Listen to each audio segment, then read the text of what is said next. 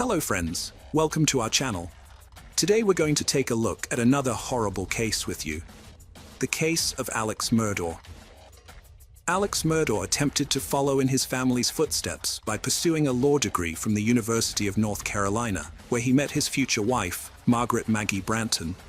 They started dating in 1991 and got married 2 years later, on August 14, 1993, at the Second Presbyterian Church in South Carolina. Alex and Maggie had 2 sons, Richard Buster Murdaugh and Paul Murdaugh. Alex joined his family's law firm, PMPD, as a personal injury attorney, aiming to continue his family's legacy. However, unlike his ancestors, Alex misused the power and influence his family's firm provided, covering up financial crimes, theft, and possibly even murder. For over a decade, Alex's dishonest dealings went unnoticed until his youngest son, Paul, was involved in a fatal boating accident. This incident was the latest in a series of suspicious deaths surrounding the Murdaugh family, leading people to speculate that these accidents were not coincidental and were instead part of a larger cover-up, given the family's history and resources. Here's what happened on February 23, 2019. Paul Murdaugh, fresh out of high school, took his family's boat to Pucas Island for a party with friends. The group, including his girlfriend Morgan Dowie, Anthony Cook, and Miley Allman, wanted an unsupervised night of fun. They planned a house party and oyster roast on the island. To make the night complete, Paul used his older brother's ID to buy beer and hard liquor. They left the Murdaugh River House around 7 p.m. and continued partying until midnight. Feeling restless, Paul suggested driving the boat to downtown Beaufort, where he and his friend Connor had 2 rounds of shots at around 1 a.m. As they headed back to the boat, a surveillance camera caught a tender moment between Anthony and Mallory. Paul, who was heavily intoxicated, started acting strangely on a boat ride with friends. At 1:15 a.m., the group got back on the water, but things quickly spiraled out of control. Paul drove the boat in circles, showing signs of intoxication, and got into an argument with the others. Anthony wanted to get out on a nearby rock, but Paul refused. GPS footage later showed that the boat's speed increased at some point. Although Paul denied deliberately speeding up, he was in control of the wheel. The boat crashed into Arroyo Creek Bridge at 2:20 a.m., throwing Mallory into the water. The others were severely injured. Connor broke his jaw, and Morgan's hand was badly hurt. Connor called 911, and help arrived soon after. When the deputy sheriff arrived, he saw blood in the main compartment and a large split in the hull from the impact. All the teenagers involved were extremely drunk, and everyone except Anthony required hospital treatment. Paul refused treatment despite being extremely agitated and having a blood alcohol level of 0.243, significantly higher than the legal limit. The search for Mallory's body took 8 days, and she was found to have died from a combination of blunt force trauma to the head and drowning. Despite multiple eyewitnesses stating that Paul was out of control while driving the boat, he was not arrested or charged. This led to rumors that Alex Murdaugh had used his influence to protect his son from justice. In March 2019, the Murdaugh family was served with a wrongful death lawsuit. Mallory's family alleged that Paul's mother, Maggie, was aware that her son was drunk when they went boating, and that Buster had helped them obtain fake IDs to buy alcohol. Paul was finally charged with 3 felonies on April 18, 2019, but he never made it to court because he died before his trial. A series of mysterious deaths have been linked to the Murdaugh family. One incident involved Stephen Smith, a gay teenager, who was found dead on July 8, 2015. His official cause of death was blunt force trauma to the head, and it was initially ruled a hit-and-run incident with no suspect arrested. However, Stephen's mother believed he was the victim of a hate crime. There were rumors that Stephen was in a relationship with Alex Murdaugh's oldest son, Buster, and that Buster might have been involved in Stephen's death. Gloria Satterfield, the Murdaugh family's longtime housekeeper, died on February 26, 2018, due to complications from a severe head injury. Alex Murdaugh claimed that his dogs had caused her to trip and fall, but there was no autopsy to confirm this account. The case was reopened on March 22, 2023, and it was revealed that Gloria's death was actually a murder, although no suspects have been named.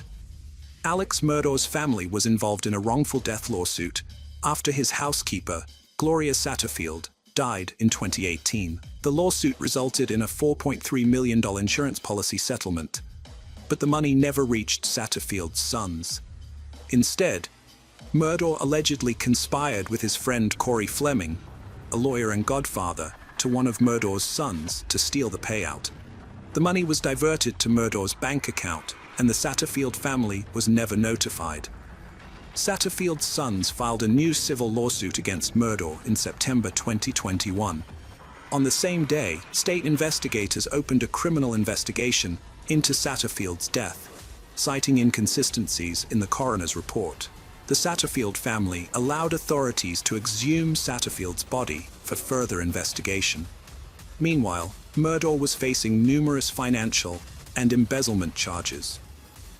He was allegedly involved in a money laundering and painkiller ring with his distant cousin Curtis Smith, which lasted from 2013 to 2021. On September 4, 2021, Murdaugh orchestrated a scheme in which Smith shot him in an attempt to collect a $10 million life insurance policy. However, the bullet only caused superficial injuries, and Murdaugh was able to call 911 himself. Days later, Murdaugh confessed to the scheme and was charged with insurance fraud, conspiracy to commit insurance fraud, and filing a false police report.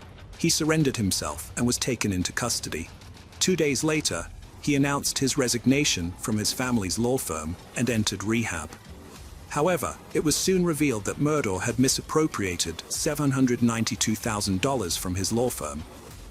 His law license was indefinitely suspended in September 2021. Investigators continued to uncover numerous financial crimes, tax evasions, and embezzlements committed by Murdaugh. After leaving rehab, Murdaugh was arrested again and charged with 2 felony counts of obtaining property by false pretenses.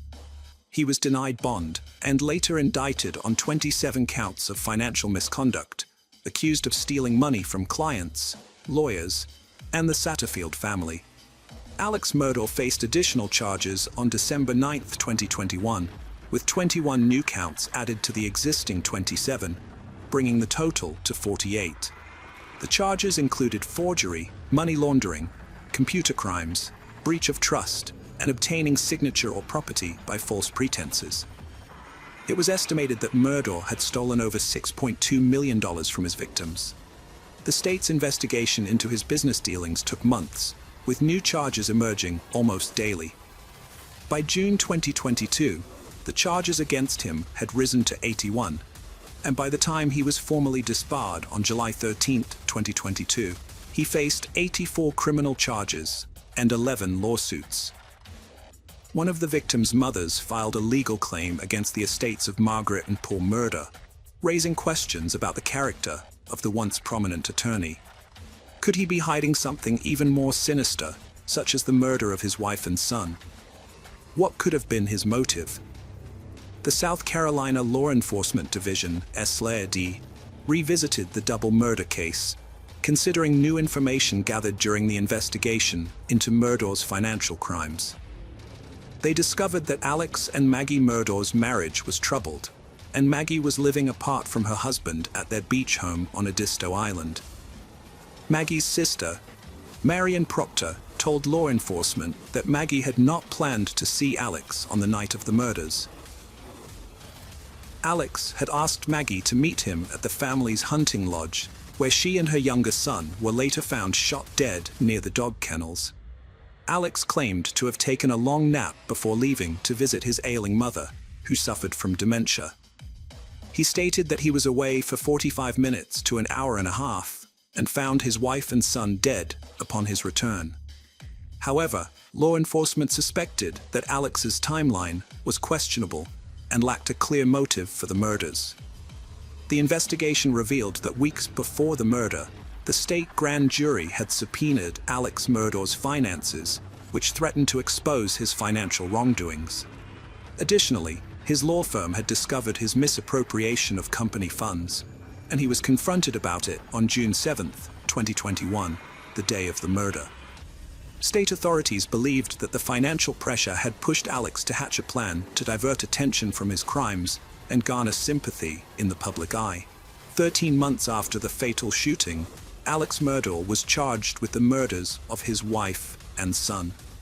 The prosecutor alleged that Murdaugh had shot and killed his wife and son at close range with a shotgun and an AR-style rifle. The murder weapons were never found. Murdaugh's defense team argued that two shooters were involved due to the different weapons used. Expert witness testimony suggested that the shooter was likely between 5'2" and 5'4" tall, which ruled out Alex Murdaugh as a suspect due to his 6'4" height. However, under cross-examination, the expert admitted that there were other possible explanations for the bullet trajectory beyond the shooter's height. The investigation revealed that Maggie was shot with 300 blackout ammunition from an AR-style rifle, and a box of this ammo was found at the Murdaugh family estate. Prosecutors argued that Alex killed his wife and son to gain sympathy and avoid accountability for his financial crimes. Alex's lawyers countered that this didn't make sense, as it would only shift attention to himself and put him in the spotlight of a murder investigation. Alex was a person of interest from the start of the investigation, but his lawyer claimed he had an ironclad alibi for the night of the murders and no motive to kill his family. Prosecutors presented two videos taken on the night of the murder, which appeared to show Alex wearing different shirts. The Snapchat video taken from Paul's phone showed Alex wearing a blue shirt, while the body cam footage showed him wearing a different shirt. Investigators couldn't find the blue shirt, and prosecutors suggested Alex tried to influence a key witness's account of what he was wearing. Cell phone data and testimony from Alex's mother's caregiver confirmed that Alex was only at his mother's home for 15 to 20 minutes, contradicting his claim of staying for 45 minutes to an hour and a half. The most crucial piece of evidence was a video found on Paul's phone, recorded at 8:44 p.m., just minutes before the murders. The video featured the voices of Paul, Maggie, and Alex, placing Alex at the scene of the crime. This contradicted his previous alibi and confirmed his presence at the dog kennels where the murders occurred. Alex testified that he didn't shoot his wife or son, but admitted to lying about his alibi. Alex Murdaugh changed his story, claiming that his opioid addiction and resulting paranoia led him to lie to law enforcement. However, prosecutors argued that Murdaugh fabricated this excuse after murdering his wife and son. They believed he used his wife's phone to create an alibi by making calls and sending texts, including "Call me, babe," at 9:47 p.m. Phone data showed that Murdaugh's and his wife's phones locked simultaneously, and Alex's phone recorded a sudden increase in steps around the time of the murder. Prosecutors suggested this was evidence of him trying to hide or dispose of evidence, but his lawyers disputed this, pointing out that the step patterns on Alex's phone did not match his wife's. The decisive evidence came from a video recorded at the dog kennels. After deliberating for just 3 hours, the jury found Murdaugh guilty on all counts on March 2, 2023. He was sentenced to 2 consecutive life sentences without parole. Additionally, he received a 5-year sentence for possession of a weapon during a violent crime. Murdaugh pleaded guilty to 22 financial crimes as part of a deal, but maintains his innocence in the murders. He appealed his conviction on March 9, 2023.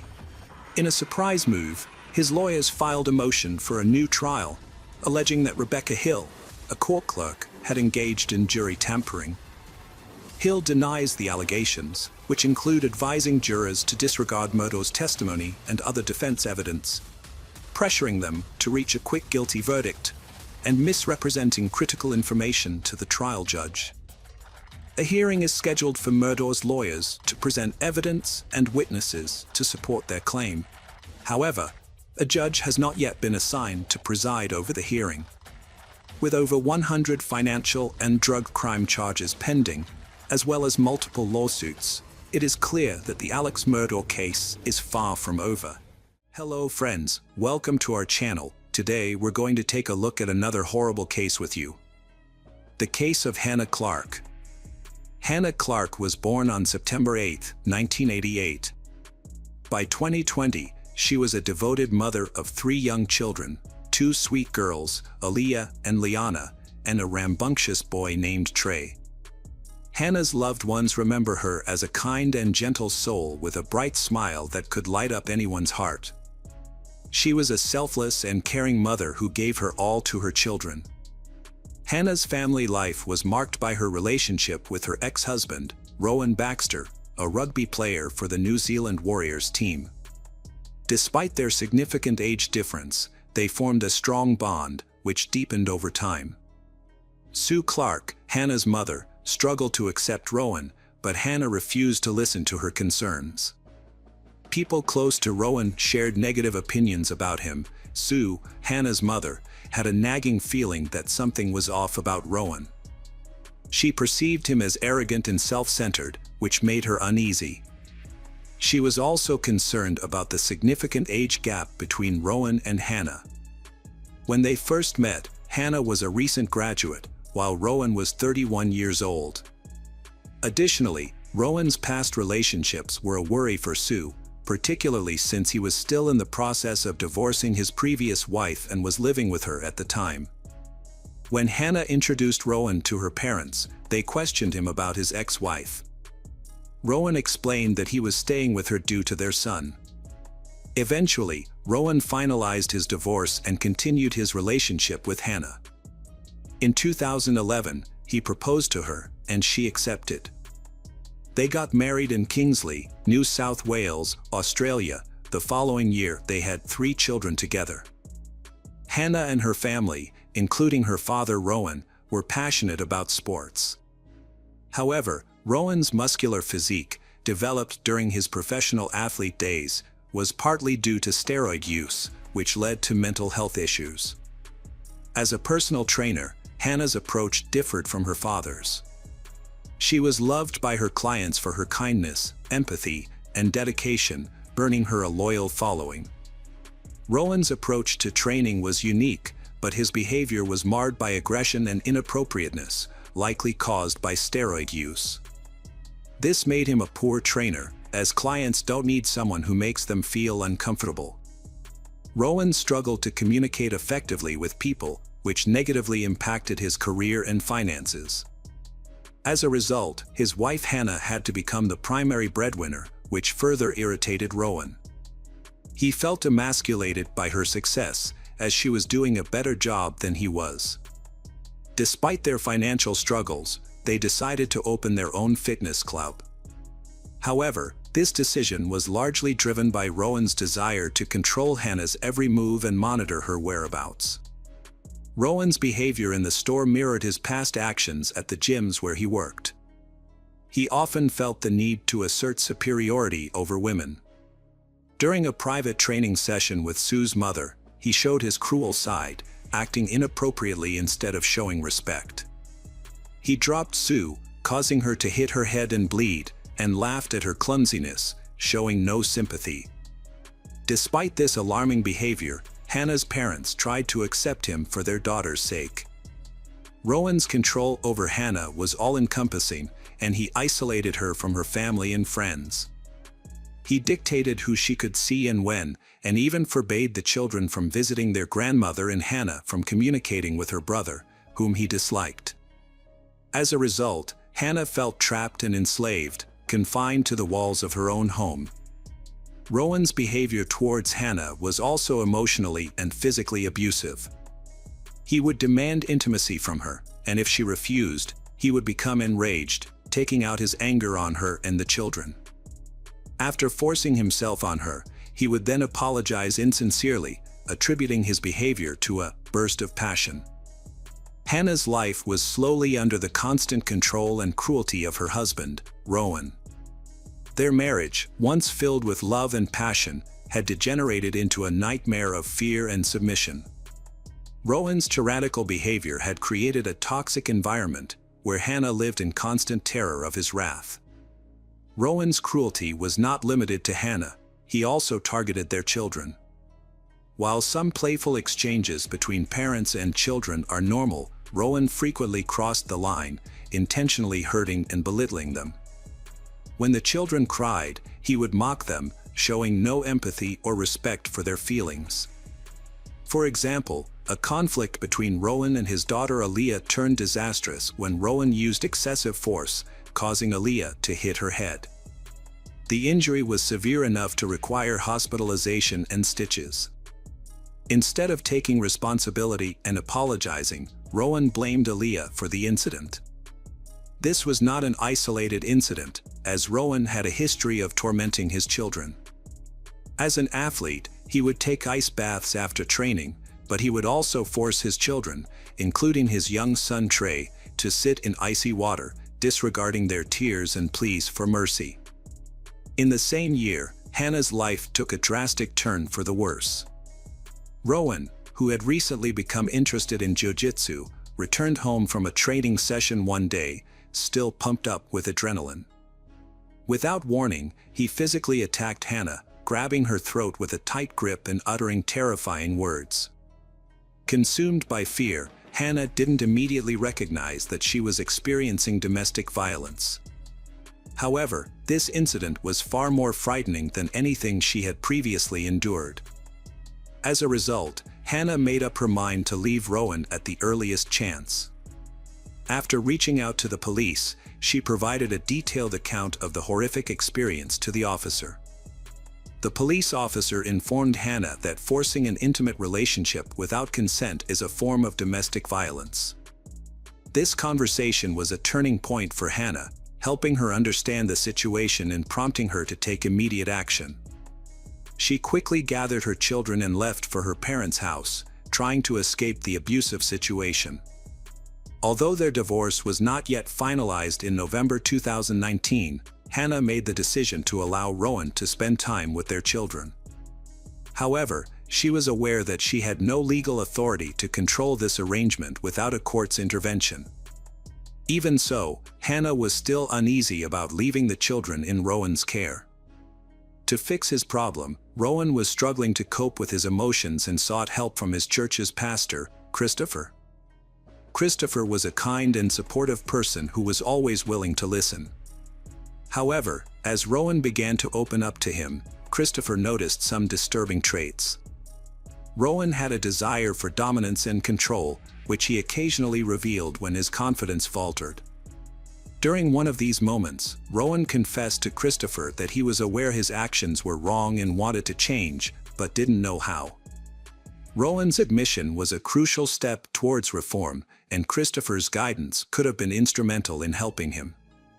However, before progress could be made, a shocking event occurred. Hannah and her children were walking down the street when Rowan suddenly appeared out of nowhere, grabbed their daughter Lion, and disappeared. Hannah's life was turned upside down by unbearable anxiety and fear for her daughter Lion's safety. For 2 agonizing days, she had no idea where Lion was, and her distress grew by the minute. Hannah turned to the police, who launched a search and eventually found Lion safe and sound with her father. Although Lion was unharmed, the traumatic experience left a lasting impact on Hannah. The police, recognizing the danger that Hannah and her children faced, urged her to file a police report against her ex and obtain a protection order. However, despite the problems her ex, Rowan, had caused, he still had joint custody of the children, which he used to continue manipulating and abusing Hannah. After a meeting with Rowan, the children were returned to Hannah's parents. However, before leaving, Rowan attempted to humiliate Hannah by displaying pictures of her in her underwear on his car, in plain sight of their children. Hannah, enraged, tried to remove the photos, but Rowan responded violently. He grabbed her shoulder, twisted her arm, and punched her in the face, splitting her lip. The attack was only stopped when Hannah's mother, Sue, intervened. As Rowan drove away, he yelled insults. Hannah, traumatized, immediately reported the incident to the police, as it was a clear violation of the protection order. Unfortunately, the authorities were unable to respond in time, which ultimately led to a tragic outcome. It was a typical morning on February 19, 2020. Hannah grabbed her car keys and left her parents' house to drop off her 3 kids at kindergarten. Hannah and her children got into the car, but before they could leave, Rowan jumped in, causing Hannah to become frightened for their safety. She tried to calm Rowan down, but he was furious and began yelling threats and ordering Hannah to start the car and drive away. Hannah carefully drove off, trying not to escalate the situation. As she turned onto Raven Street, the car stopped. In a desperate and vengeful act, Rowan grabbed a canister of gasoline from under the car seat and drenched Hannah and her children with it. Michael ZCK, who happened to be nearby, witnessed the horrific scene. He said that earlier that morning, he had heard a car pull up outside his house. Hannah, frantic and pleading for help, screamed that Rowan was trying to kill her and pouring gasoline all over them. As Hannah begged for mercy, Rowan refused to let her go, his face twisted in a rage. Michael rushed to the car and was met with Rowan's emotionless face, holding a lighter in his hand. In the next moment, the car erupted in flames. The explosion was followed by blood-curdling screams, a deafening ringing, and then an eerie silence. Luckily, Hannah had narrowly escaped the inferno, but was left with severe burns and bleeding. Frantically, she pleaded for assistance, not for her own suffering, but for her children who remained trapped in the blazing car. A car happened to drive by, and a doctor who was not on duty stopped to offer assistance. Seeing Hannah's distress, the doctor rushed to her side. Meanwhile, Michael intervened quickly, grabbing a hose from his house to try and extinguish the flames. However, the fire was too intense, and it engulfed the entire car, leaving no hope of rescuing the children. The doctor and Michael yelled at Hannah to take cover and get away from the fire, but she was too consumed by grief to hear them. With growing desperation, Michael rushed to the car to rescue the children, but the intense flames and scorching heat thwarted his efforts. Hannah lay on the road, her body badly burned, repeatedly begging for someone to save her children. At that moment, no one grasped the full extent of the tragedy. Hannah's body was severely burned, with over 97% of her skin damaged, except for her feet. Despite her excruciating pain, Hannah's thoughts were consumed by her children, who were now left vulnerable and unprotected. Hannah's badly burned body left police doubting her survival chances.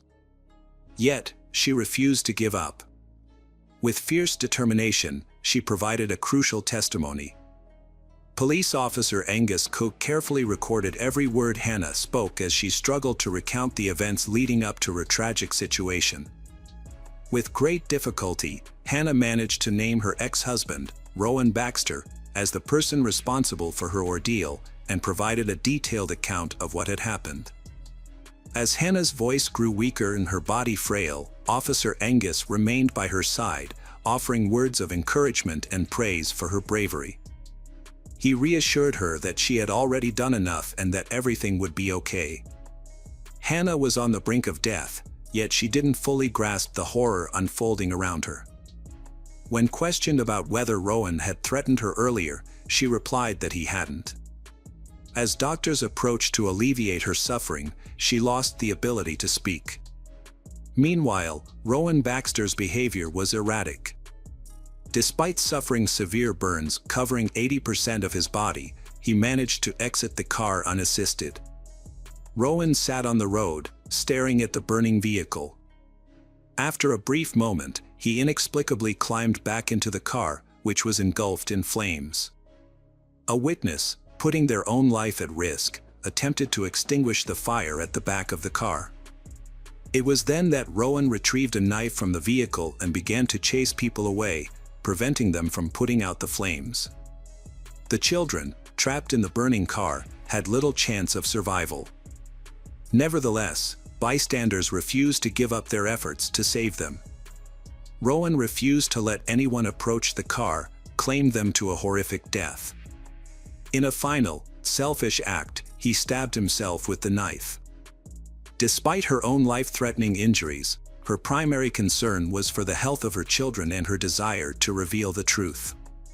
Tragically, Hannah passed away in the hospital on the same day, at the young age of 31.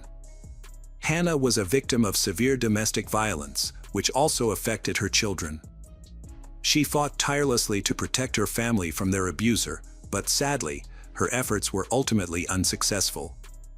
Throughout her daily struggles, Hannah showed immense courage, standing up for her loved ones despite the numerous challenges she faced.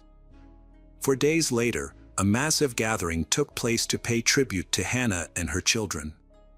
A lasting memorial, Hannah's House, was also created in Camp Hill, where a tree planting ceremony was held in her honor, accompanied by a plaque that tells the story of her life. Hello friends, welcome to our channel. Today we're going to take a look at another horrible case with you. The case of Grant Hendrickson and Michelle Cartagena. Grant Hendrickson, born on September 20th, 1972, in Macon, Georgia, was an outdoor enthusiast who enjoyed fishing, golf, canoeing, and camping. Like his girlfriend, he was also an active volunteer in the community, having worked at the Museum of Arts and Sciences in Macon since the age of 15. Their active lifestyles likely drew them together, according to those who knew them. Grant's girlfriend, Michelle Cartagena, was born on May 2, 1975, in Monterey, California. She was a well-rounded and talented individual.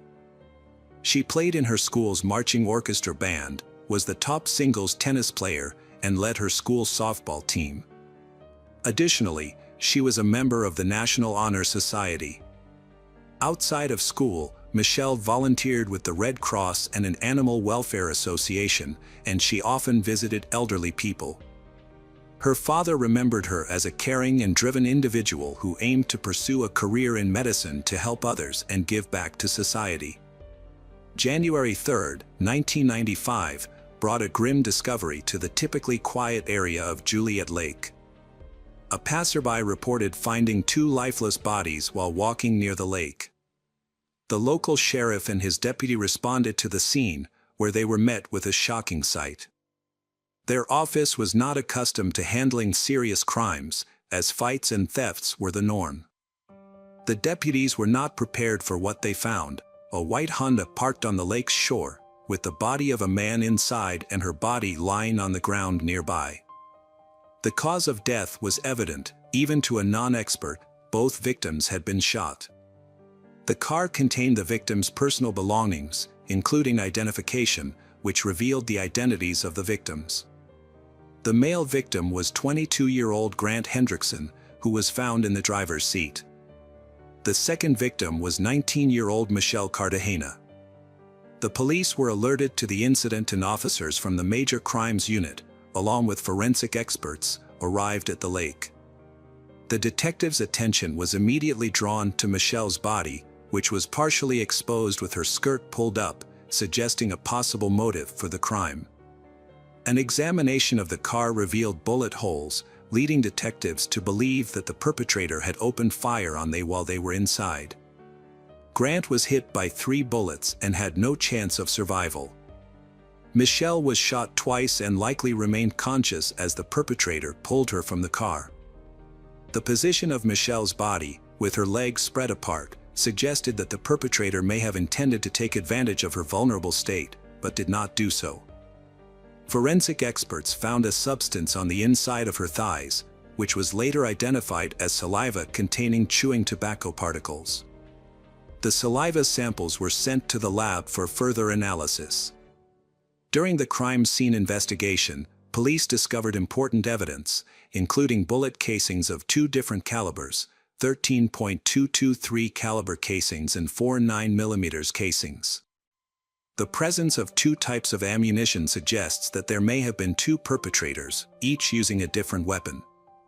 The families of Grant and Michelle were shocked and stunned when they learned about the tragedy.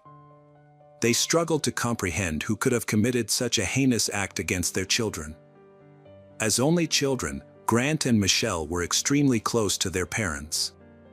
They had been dating for over a year and had already made plans for their future together, including their upcoming wedding. When detectives couldn't identify any enemies or suspects through family and friends, they began investigating further. They visited Mercer University in Macon, where Grant and Michelle were classmates, to gather more information and piece together the events surrounding the tragedy. The police investigation into the deaths of Michelle and Grant was ongoing, but they had not uncovered any significant leads. Both victims were well-liked and respected at the university, with no known conflicts or enemies. Initially, detectives considered the possibility that the killer might have been a man who had romantic feelings for Michelle and was rejected, but this theory was not substantiated and was eventually set aside. A visit to Mercer University did not yield any useful information for the police.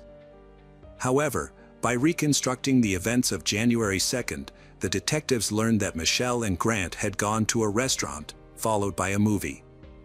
After the film, they headed to a holiday camp at Juliet Lake. The camp was open to the public 24/7 and featured a boat launch, parking area, small dock, and picnic tables. Since it was a free public space, there was no staff or security present on the night of the crime. Other people were in the area, but they did not report anything suspicious. Some individuals did hear loud noises, which they initially dismissed as firecrackers. A witness reported seeing a 1980s Honda CRX speeding out of the parking lot. Meanwhile, investigators found a DNA sample in saliva on Michelle's thigh. However, at the time, DNA technology was still in its early stages. The DNA Identification Act, which allowed the FBI to create a national DNA database, was not passed until 1994. As a result, there was no database to compare the DNA sample to, and it could only be matched by directly comparing it to the perpetrator's DNA. The investigation also included questioning staff at the restaurant and cinema that Grant and Michelle visited before their deaths, but nothing suspicious was found. The authorities considered the possibility that they might have been random victims or had a chance encounter with someone who became violent. The detectives found no evidence of any other motives, as they had good grades, no connections to shady individuals, and did not use illicit substances. The fact that the perpetrator left behind valuables, including money, suggests that the motive behind the crime was not financial gain, but rather something else. Forensic analysis revealed that the likely weapons used in the crime were an AR-15 rifle and a 9mm Ruger pistol. Despite questioning over 100 individuals and collecting DNA samples from several dozen potential suspects, the investigation had stalled. More than a year and a half after the crime, Agent Randy Upton of the Georgia Bureau of Investigation took over the case in the fall of 1996. Randy adopted a new approach, shifting his focus from identifying the perpetrator to locating the weapon used in the crime. He visited the largest gun store in Macon and requested a list of customers who had purchased an AR-15 rifle between 1985 and 1995. Investigator Randy started contacting individuals on the list of 108 potential suspects. He explained to them that cooperating by allowing their weapon to be inspected and providing a DNA sample would greatly aid the investigation. Most of the people Randy spoke with agreed to comply, which led to the experts conducting further tests. As a result, the list of suspects began to dwindle. On November 27, 1996, Randy contacted Andrew Allen Cook, a 22-year-old who was on the list. During their conversation, Randy informed Andrew of the purpose of the call and asked permission to examine his rifle. However, Andrew claimed he no longer owned the rifle, stating that he had sold it in April 1994, nearly a year before the victims, Grant and Michelle, died. Nonetheless, gun store records showed that this was not possible, as Andrew had actually purchased the rifle in August 1994. Agent Randy became suspicious when Andrew lied to him. When Randy asked Andrew for a DNA sample, Andrew claimed he needed to discuss it with his father simultaneously, an FBI agent, before complying. Instead, Andrew hung up. This evasive behavior made Randy think that Andrew might be the person he was searching for. Investigations revealed that 5 months after Grant and Michelle's murders in 1995, Andrew pawned his rifle at a local gun store. Additionally, in December 1993, someone had bought a Ruger pistol on Andrew's behalf because he was underage at the time. Andrews sold this pistol to a friend in July 1995, shortly after pawning his rifle. This sequence of events suggested that Andrews' decision to get rid of both his rifle and pistol within 6 months of the murders was unlikely to be a coincidence. As the police gathered more information about Andrew, they became increasingly confident that they were on the right track. Further investigation revealed that Andrew had not only disposed of his firearms but also his 1987 Honda CRX, which matched the description of a car seen near the crime scene. Agent Randy decided to visit the diaper factory where Andrew worked. Although Andrew was absent, Randy spoke with one of his co-workers. A colleague of Andrew's reported that they had recently discussed the worst things they had ever done, and Andrew claimed to have shot someone with a rifle. The colleague was skeptical but asked Andrew why he had done it, and Andrew replied that he wanted to see if he could get away with it. The colleague also mentioned that Andrew was a frequent user of chewing tobacco. Another friend testified that Andrew had told him in late November 1996 that he needed to leave town because things were getting hot. These coincidences caught the attention of Agent Randy, who began searching for Andrew Cook, who had not lived with his parents for several years. On December 4, 1996, Agent Randy met with Andrew's father, John, who was also an FBI agent with 29 years of experience. Agent Randy explained that he was investigating the crime at Juliet Lake and wanted to speak with Andrew, but couldn't find him.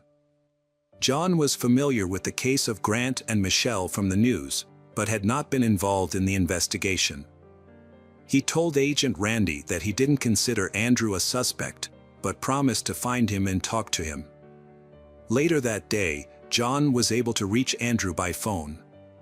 John Cook's world was turned upside down when his son, Andrew, revealed a shocking truth. A detective had been searching for Andrew in connection with a crime at Juliet Lake, and John had asked his son if he knew anything about it. Andrew's response was devastating. "Daddy, I'm not telling you. You're one of them, you're a cop." John's next question was laced with hope that his son would deny any involvement.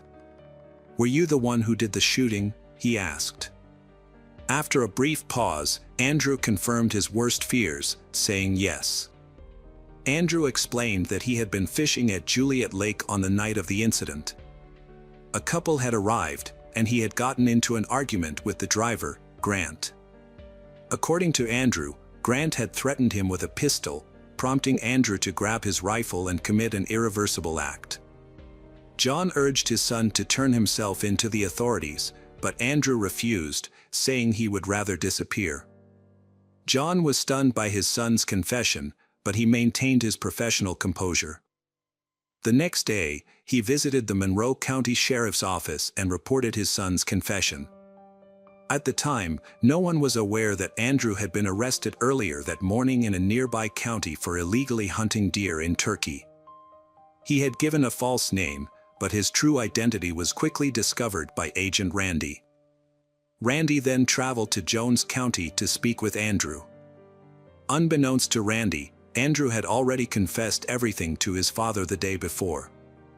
When Randy arrived at the Jones County Sheriff's Office, he introduced himself and asked Andrew if he would be willing to answer a few questions.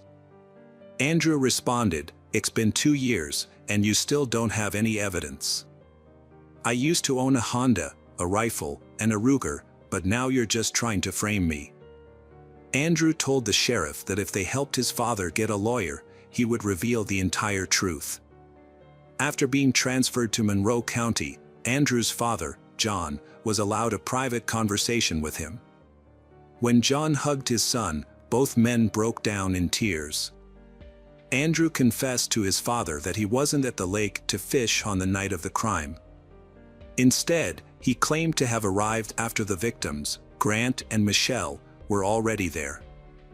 Andrew's story went that he had fired multiple shots from his rifle, then used his pistol to fire additional shots. He then pulled Michelle's body out of the car in an attempt to mislead the police.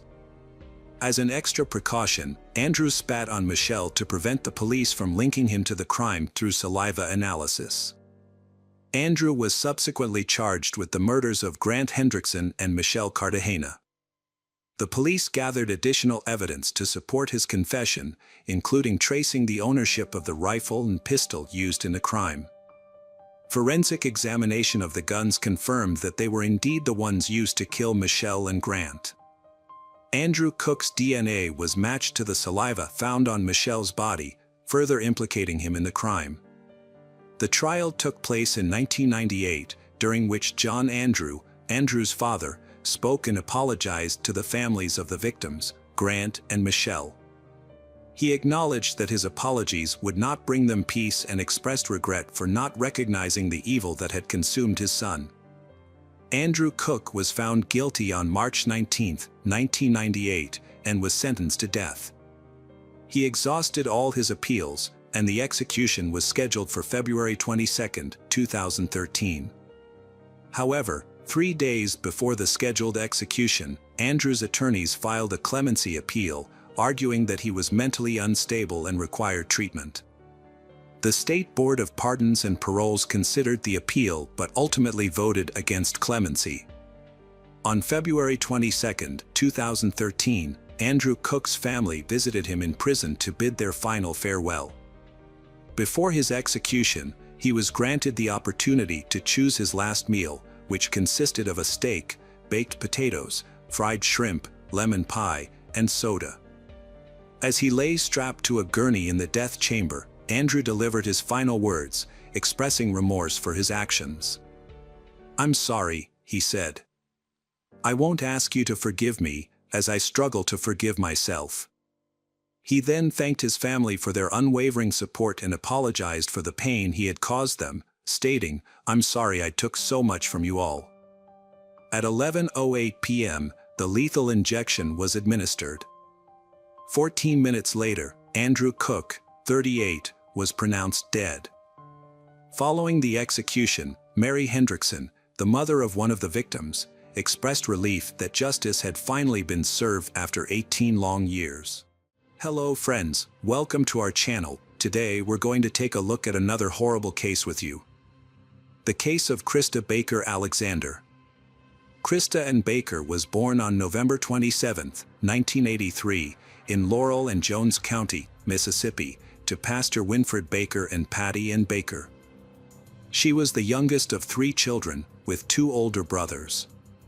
When Krista was 8 years old, her family moved to Abota Springs, Louisiana, where they built a church and actively participated in its activities. Growing up, Krista traveled extensively with Christian missionary organizations to help those in need, particularly children. She was homeschooled and later pursued a degree in Christian education through online courses at the North Tennessee Bible Institute. Krista's passion was serving others, especially children, and she hoped to start her own family one day. However, her faith took priority, and she dreamed of finding a husband who shared her values. Krista adhered to traditional values and chose to save herself for marriage, only dating with the intention of finding a lifelong partner. During this time, she developed close friendships, including one with Cootie Alexander, a fellow youth pastor who shared her passion for missionary work. Cootie was a charismatic and well-liked individual in his community. Their families met through the church and maintained a good relationship. Cootie had been friends with Krista for many years before he asked her father, Winfred Baker, for permission to marry her. Her father happily agreed. During their courtship, Cootie and Krista followed church traditions and refrained from intimate contact. Krista had even told her parents that she wanted to save her first kiss with Cootie for their wedding day. While Krista helped her parents at church, Cootie was pursuing a career as a paramedic. A year later, they decided to get married. On March 1, 2008, they exchanged vows in front of their families and church members. The wedding was a joyful celebration, and Krista was a beautiful bride. However, their happiness was short-lived. Just 4 months after the wedding, tragedy struck. On June 29, 2008, Cootie returned home from a night shift at around 6 a.m. to find Krista lying face down on the floor. She was dead. Cootie immediately called the police. Krista's body was found near the front door, with no signs of a struggle. A bullet wound was discovered in the back of her head, with burn marks on her skin, indicating that the shot was fired at close range. The gunshot wound suggested that the gun was positioned at the back of Krista's head when the shot was fired. A 9mm shell casing was found on the floor next to her body. Initially, investigators thought the crime might have been a botched robbery. It was possible that someone broke into the house, assuming it was empty, and then killed Krista to avoid leaving a witness. Police had thoroughly searched the house. A jewelry box was found on the bed, the gun cabinet had been forced open, and Krista's purse was on the kitchen table, showing signs of having been rummaged through. Additionally, many drawers and cabinets were left open, suggesting that the perpetrator was looking for something of value. After completing their search of the house, police began interviewing individuals who had access to the property. Krista's husband, Cootie Alexander, was the first person they spoke with. However, he was too distraught to answer questions immediately, and investigators had to wait for him to compose himself. Once he was able to speak, Cootie reported that everything had seemed normal the previous night before he left for his overnight shift as an emergency medical technician with Caden ambulance. He told that he called Krista multiple times throughout the night, but she didn't answer her phone. He also sent her several text messages, which she didn't respond to. Assuming she was just tired and had fallen asleep, he didn't think much of it. However, when he returned home the next morning, he was met with a disturbing scene. The front door was slightly open, and upon entering, he found their belongings scattered everywhere and Krista lying on the floor with a fatal gunshot wound to the head. He immediately checked her pulse and confirmed that she was dead.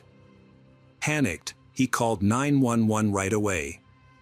The investigators were tasked with determining who could have entered the house while he was at work.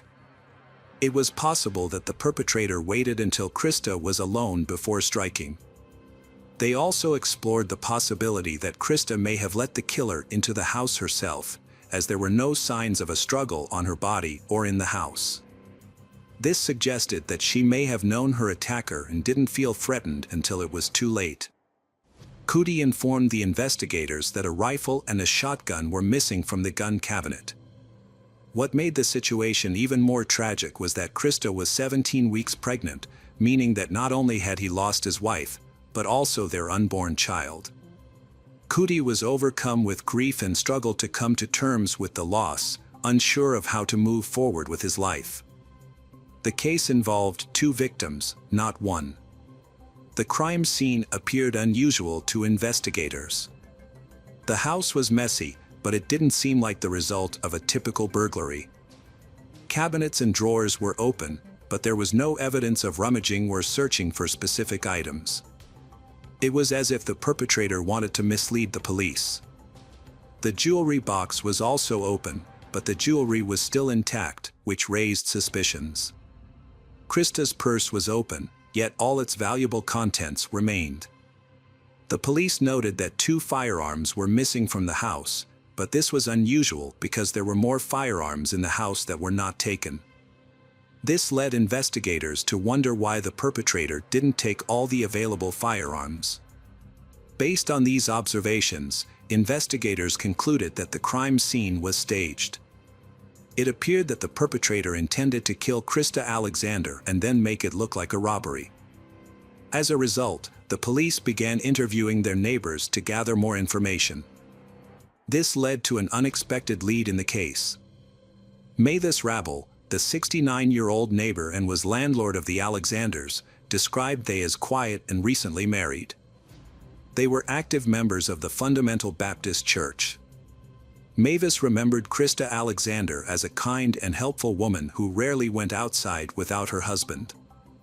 Mavis last saw they on Saturday afternoon when Cootie Alexander was collecting the bodies of turtles he had shot in his backyard pond.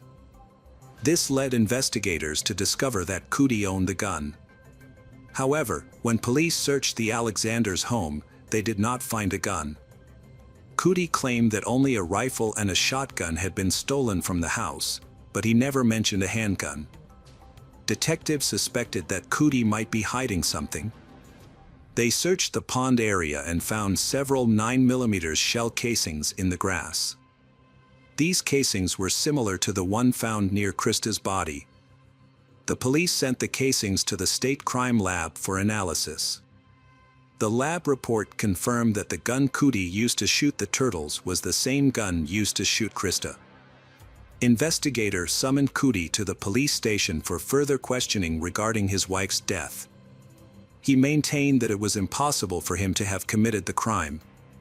Cootie explained that he had left for work at 5 p.m. on Saturday, June 28, 2008, and returned home the next morning at 6 a.m., providing an alibi that he was working throughout the night. Upon verification, Cootie's colleagues corroborated his claim, stating that he was indeed present at work all night. When inquired about the firearm, Cootie revealed that he owned a gun but claimed to have sold it the day prior to the incident to an unknown man named Steve. The alleged buyer had paid $500 in cash, which made verifying this claim difficult. According to Cootie, Steve was described as a white male in his mid-30s, around 6 feet 1 inch tall, driving an old Toyota pickup truck. Krista's parents shared their concerns with investigators, stating that they didn't believe Cootie's account of events. Her father, Winfred Baker, noted that Cootie showed little emotional response to Krista's death, a behavior that had started a few months before their wedding. They had been experiencing financial difficulties since moving in together, and the impending arrival of their child was likely to add to their struggles. Krista's parents also suspected that Cootie was having an affair with a colleague, who had even attended their wedding. Krista had confided in friends just weeks before her death that she suspected Cootie was cheating on her. As investigators dug deeper into the marriage, they became increasingly convinced that Cootie and Krista had different visions for their future. However, was this enough motive for Cootie to take Krista's life, especially given that she was carrying their unborn child? The police had one lead, a man named Steve, who Cootie claimed had bought the gun used to kill Krista. Investigators set out to find Steve, using the description provided by Cootie. Meanwhile, they brought Cootie in for further questioning, asking him to provide a detailed account of his activities before, during, and after work on the day of Krista's death. This time, his story differed from his initial statement. The investigators found several inconsistencies in Cootie's story. He failed to mention a man named Steve, who was allegedly at his house, and to whom he had sold a gun. Additionally, while on duty, Cootie showed no concern for his pregnant wife Krista's well-being when she didn't answer his calls, despite knowing she was home alone. He could have asked a family member to check on her, but didn't. Furthermore, the crime scene appeared to have been staged, which raised suspicions about Cootie's involvement. As the investigators applied pressure, Cootie's story began to unravel.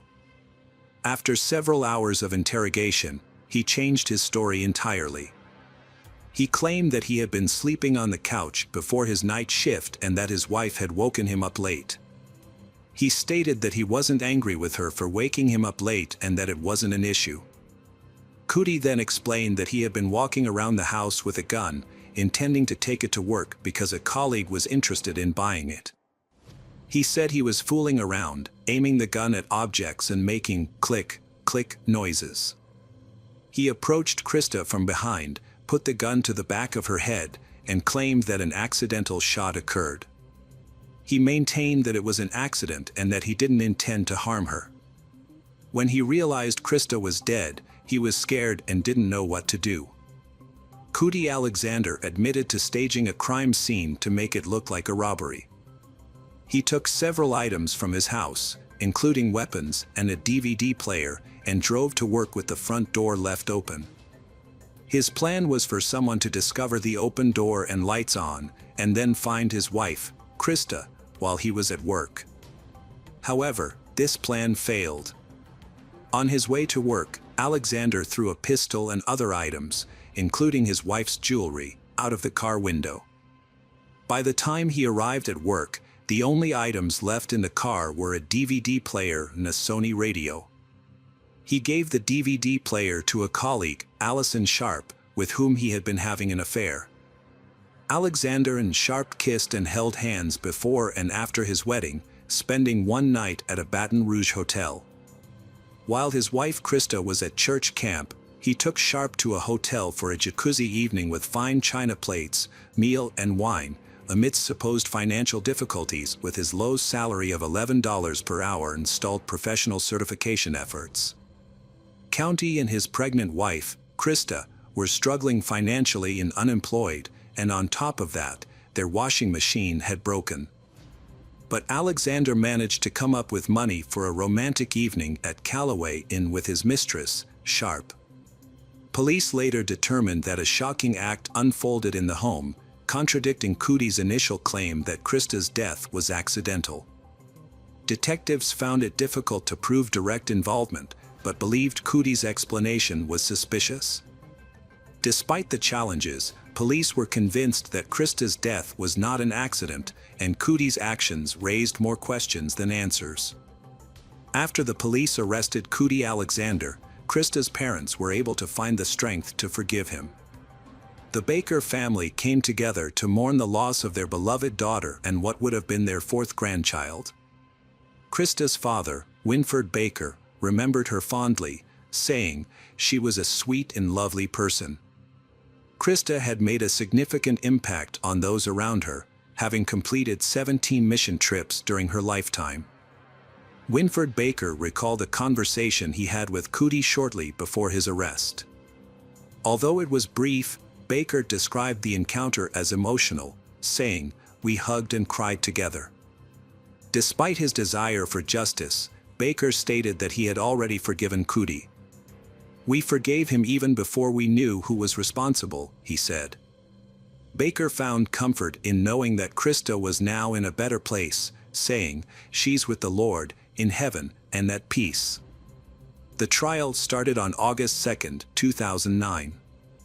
Prosecutors claimed that Cootie's behavior after Krista's death implied that he had acted on purpose. They wondered why he didn't call 911 right away if the shooting was truly an accident. Instead, Cootie faked a robbery and left Krista's body for 12 hours before going home and calling 911. Prosecutors also questioned Cootie's story that the shooting was accidental, noting that he was an experienced gun owner who had received proper training from his father.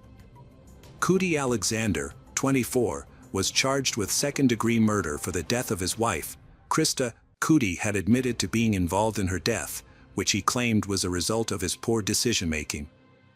After initially going to trial, Cootie suddenly changed his plea to guilty, ending jury deliberations. This unexpected turn of events came about when Krista's family agreed to a plea deal that had been proposed earlier. Alexander was sentenced to 55 years in prison in August 2009.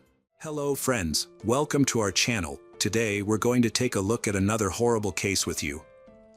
The case of Ana Rosa Barrera. Ana Rosa Barrera, a 40-year-old woman. She lived in a commune in the Santa Maria department, near Córdoba City, in the province of Córdoba, Argentina. People close to her described Ana Rosa as a courageous and adventurous person who was not afraid to start over and move forward with determination. Reports indicate that Ana Rosa lived in a tent for 4 years, although the reasons for this are unclear. She worked at the Secretariat for Children, Adolescents, and Families in Córdoba, a job she truly enjoyed. Additionally, she and her partner, Marcelo Favio Ferretto, ran an upholstery workshop together. They met when Ana Rosa started working for Marcelo's business. By 2017, Ana Rosa and Marcelo had been in a 10-year relationship. They shared a common interest in Reiki, a practice that involves using the palms to promote physical, mental, and spiritual well-being. Despite this common point, they still have problems in the relationship. Ana Rosa and Marcelo each have 4 children from previous relationships. As for Ana Rosa's family, her parents, brothers, and sisters reside in Córdoba. About Marcelo, he was a wallpaper maker with a workshop near their home. People close to they described Marcelo as a jealous and controlling person, which annoyed Ana Rosa. On Sunday, May 28, they visited relatives in Villa Lend, but the trip was marred by a heated argument sparked by Marcelo checking Ana Rosa's phone. The argument continued at their home, with neighbors hearing them shout and insult each other until the early hours of Monday morning. Later that day, Marcelo reported Ana Rosa missing to the police, although the exact timing of the report is disputed in media accounts. Most reports agree that Marcelo filed the report at the 18th police station on Tuesday, May 30th. According to Marcelo, claimed to have woken up at 6 a.m. on Monday to find Ana Rosa already gone, which he thought was unusual since she typically got up early to feed their dogs before leaving the house. He repeated this account to both the police and the media. Marcelo said he last saw Ana Rosa on Sunday night and then Monday night before going to bed. According to some sources, Marcelo realized something was wrong when Ana Rosa's colleagues called him, wondering about her absence. They knew she would never miss work without a good reason. Marcelo recounted the events leading up to her disappearance, saying that on Monday, he came across Ana Rosa's white Chevrolet while running an errand at the local pharmacy. Not long after, police discovered an abandoned car on Rainier Avenue outside a beauty salon in the Santa Isabel neighborhood. The location is about halfway between their home and Ana Rosa's workplace. Inside the car were her belongings and keys, but her cell phone was nowhere to be found. According to Marcelo, he tried to contact her, their friends, and their children also left messages, but no one received a response. The last message Ana Rosa sent via WhatsApp was at 10:40 p.m. Sunday, May 28. Ana Rosa's relatives all said that the circumstances surrounding Ana Rosa's disappearance are unclear. Marcelo has maintained regular contact with police since filing the report and has also attempted to locate Ana Rosa through social media and news outlets. In an interview with reporters, Marcelo shared Ana Rosa's plans on the day she went missing, which included an early morning swim at a gym and a scheduled appointment with a doctor. Marcelo emphasized that his primary concern is Ana Rosa's safe return home. Prosecutor Legendro Peralta Tanilo of Alta Gracia assumed control of the case, and the investigation commenced. Multiple theories were initially proposed, including the possibility of Ana Rosa being a victim of kidnapping, robbery, or revenge. The option of her leaving voluntarily was also considered. As part of the investigation, Marcelo testified for over 14 hours on Wednesday, May 31st. However, his statements became increasingly inconsistent, raising suspicions among investigators. Marcelo's claims raised suspicions among detectives due to inconsistencies and shifting demeanor. Initially, he was confident and gave frequent interviews, but later emphasized his innocence, providing unsolicited details and justifying himself by discussing his relationship with Ana Rosa. As time passed, Ana Rosa's loved ones became increasingly desperate due to the lack of progress in the search. Meanwhile, the investigative authorities persisted in their efforts to solve the case. The prosecutor leading the investigation was convinced that Marcelo was withholding information and urged the investigators to scrutinize him more thoroughly. On Friday, June 2nd, during another meeting with police officers, Marcelo's demeanor shifted. He became more composed. However, when detectives showed him data from cell phone towers that contradicted his alibi, Marcelo became dismayed and ultimately revealed the truth. He admitted to killing Ana Rosa, running her over, and then dismembering her body to get rid of the evidence. After confessing to the brutal crime, Marcelo revealed the location of the dismembered body of Ana Rosa. Following the Marcelo confession, the police, aided by a canine unit, found Ana Rosa's remains at approximately 2:30 p.m. in a hole dug by Marcelo on a dirt road in the countryside, near a factory. The location was familiar to Marcelo, as he frequently visited the area for work-related purposes. It became clear that Marcelo's previous statements were false, except for his mention of a quarrel that occurred early Monday morning. According to the reconstructed events, Marcelo and Ana Rosa had been arguing the entire weekend before she went missing. Marcelo's intense jealousy sparked the violence. In the heat of an argument, Marcelo used a sledgehammer to hit Ana Rosa multiple times until she died. He then tried to put her body in the car but failed. Instead, he used a knife to dismember her body. He placed Ana Rosa's remains in the car and began moving to her burial site. After pleading guilty, authorities conducted a search of the defendant and Ana Rosa's home on Friday, where they discovered various tools, including machetes and knives of various sizes. Marcelo was then arrested and facing charges of capital murder, a crime that could carry a sentence of life in prison.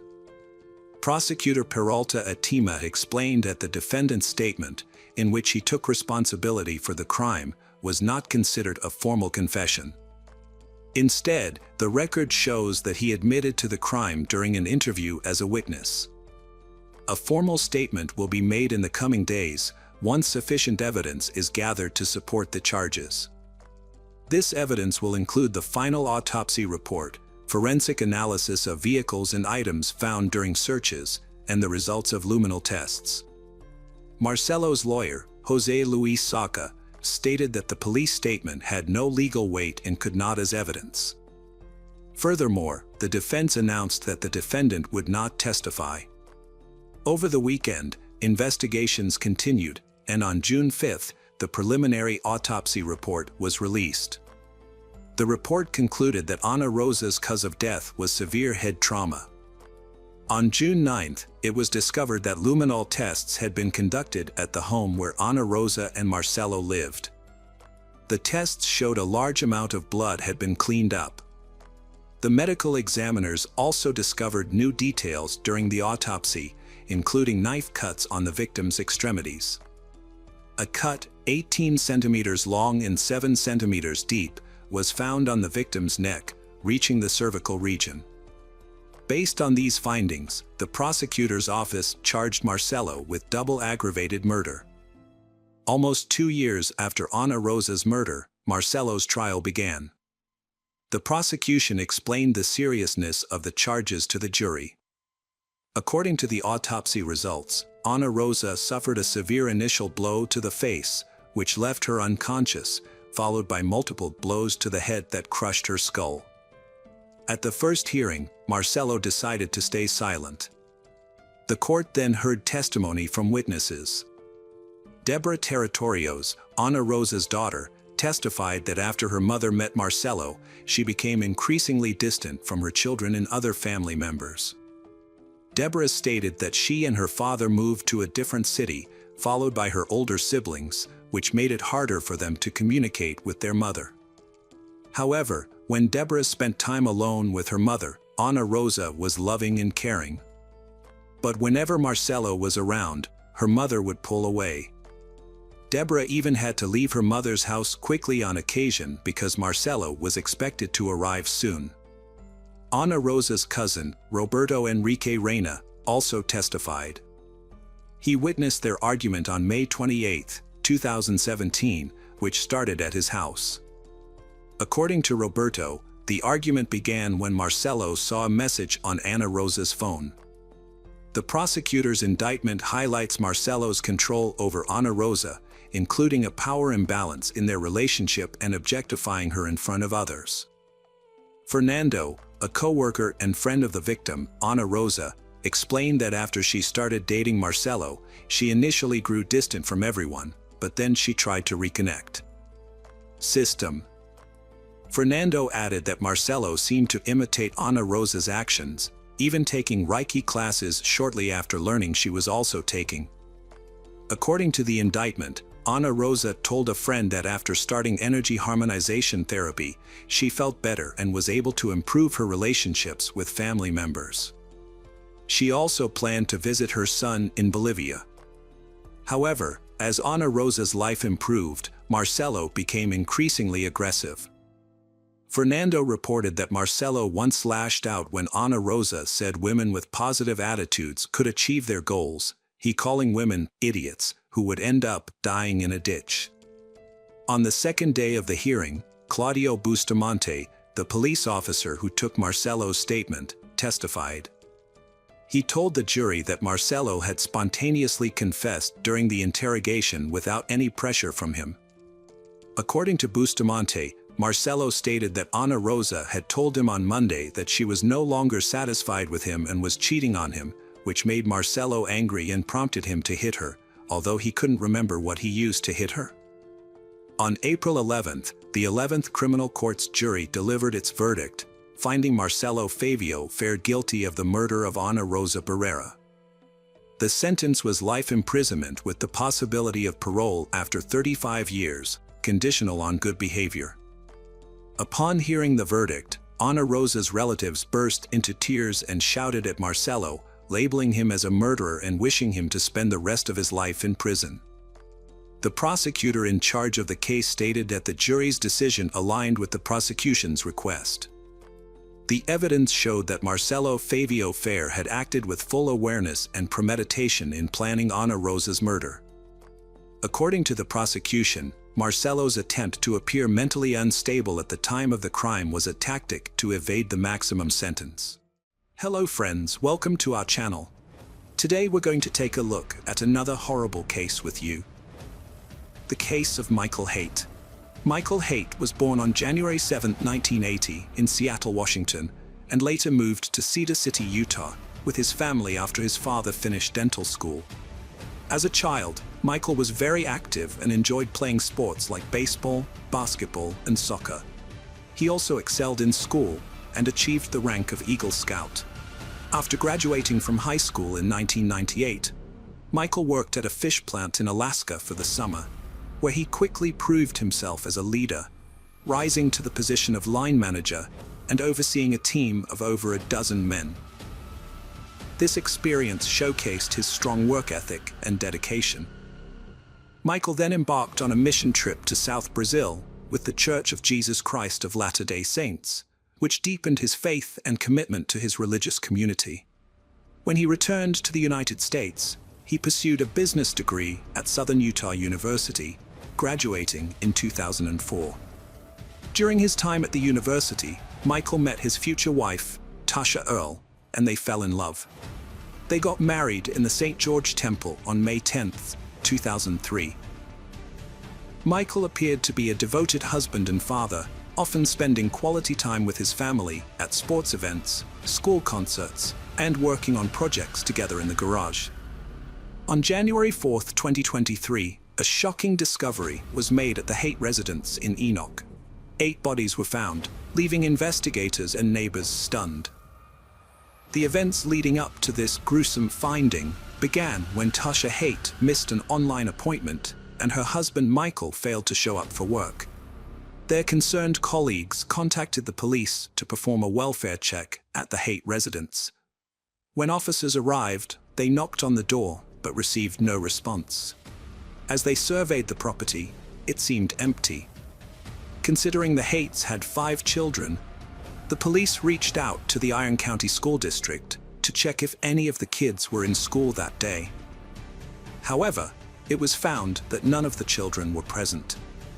Before entering the home, the police cleared the premises to ensure it was safe to do so. After a thorough search, authorities confirmed that no one required medical attention and there was no active threat. The Haight's single-story residence with a basement was declared a crime scene, and detectives arrived shortly after. In the main bedroom, detectives found 4-year-old Gavin lying on his stomach, his head turned to the left, with one arm under his head on a pillow, and a blanket covering part of his body. Tasha, Gavin's mother, was also partially covered by the blanket. On the other side of the bed, detectives found an older woman, later identified as Gail Earl, Tasha's mother, lying on her back with her head resting on a pillow and partially covered by a blanket, similar to her daughter and grandson. In Bry's room, the 12-year-old girl was found lying in bed, slightly inclined and partially covered with a blanket. In Aman's room, a 7-year-old boy was found lying face down in the corner, without a pillow or blanket. His twin sister Sienna was discovered in her bedroom, lying on her left side in bed, with her head on a pillow and covered with a blanket. The eldest child, 17-year-old Macy, was found in her bed, with her head on a pillow and her body covered with a blanket. In the exercise room of the basement, the detectives found Michael Haight lying on top of a sleeping bag.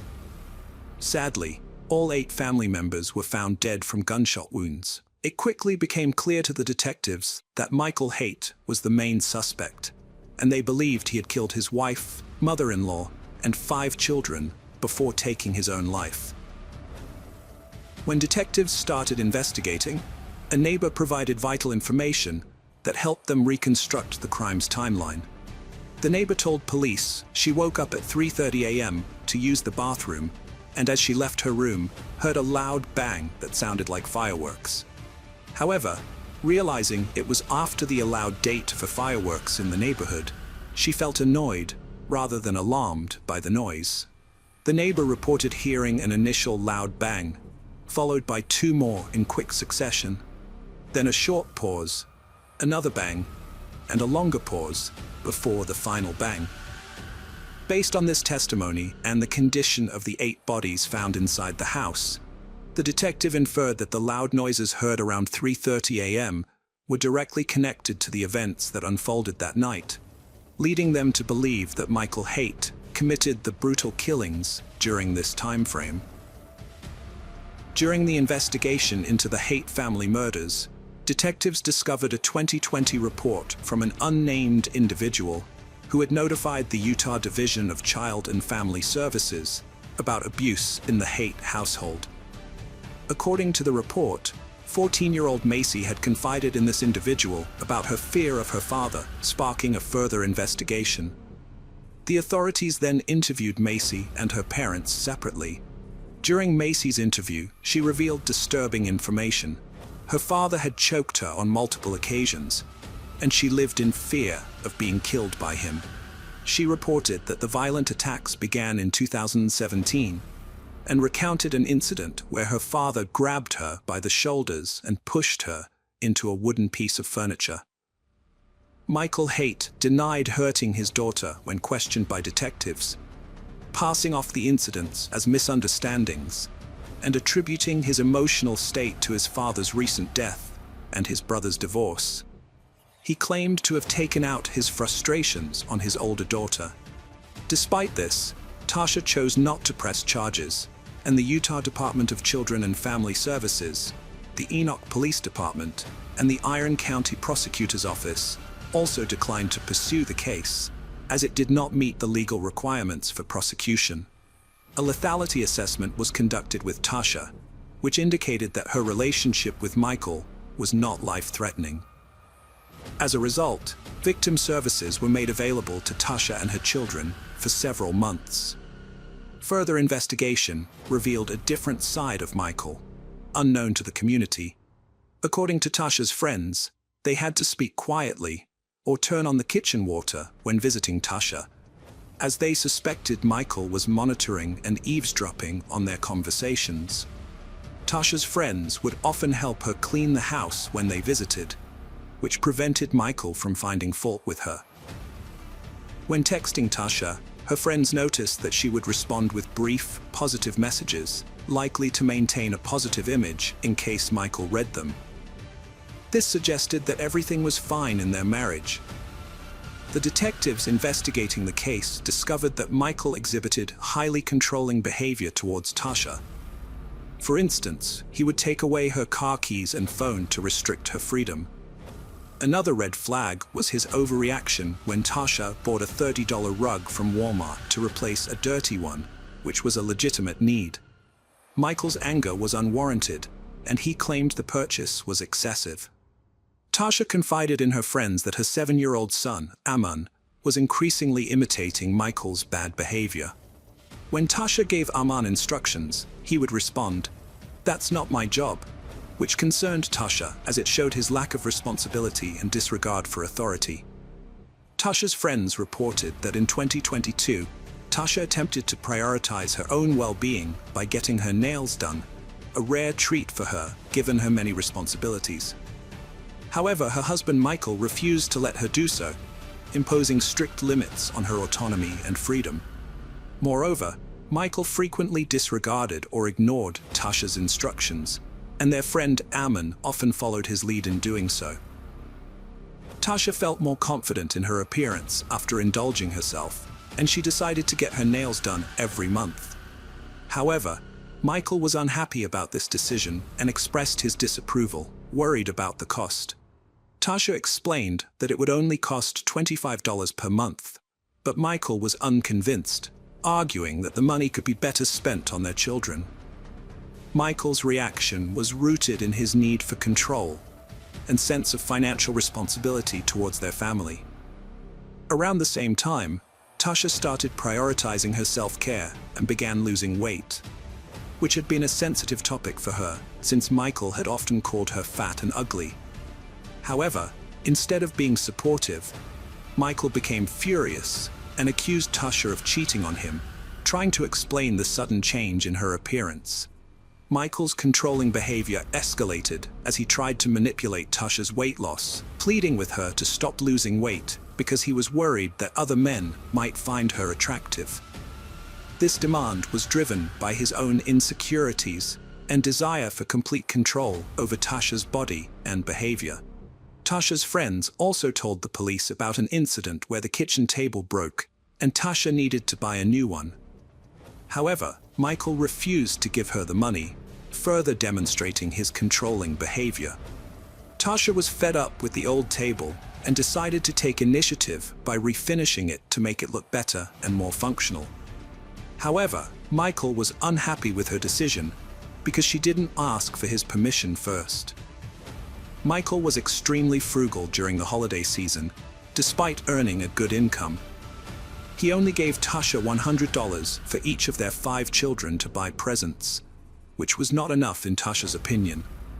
Tasha always made sure her children had a wonderful Christmas, but Michael refused to provide more funds, claiming that he worked hard for his money and saw no reason to give more to his family. He believed that his income was rightfully his alone. Michael's passion for reducing waste and conserving resources led him to implement strict rules on household habits. He forced Tasha to wash and reuse plastic bags, even if they had been used only once or multiple times.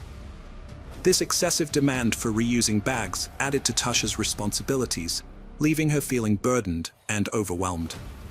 Michael's controlling behavior extended to every aspect of Tasha's life, including her daily routines.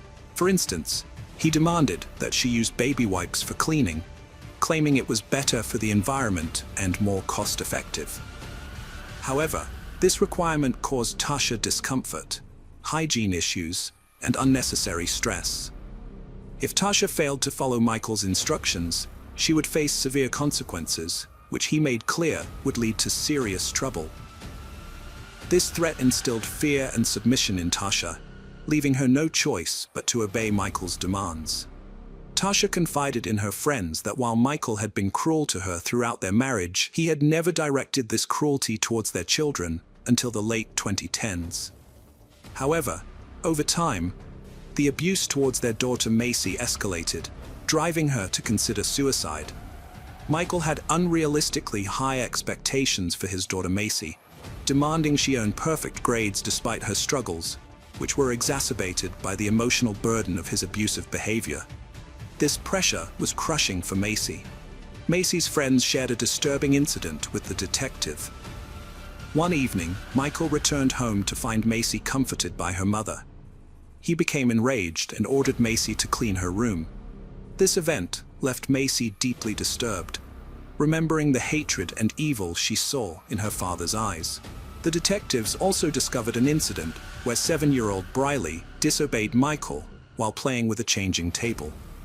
Michael responded by blaming his wife Tasha for their children's behavior, calling them the worst and most disrespectful in the world.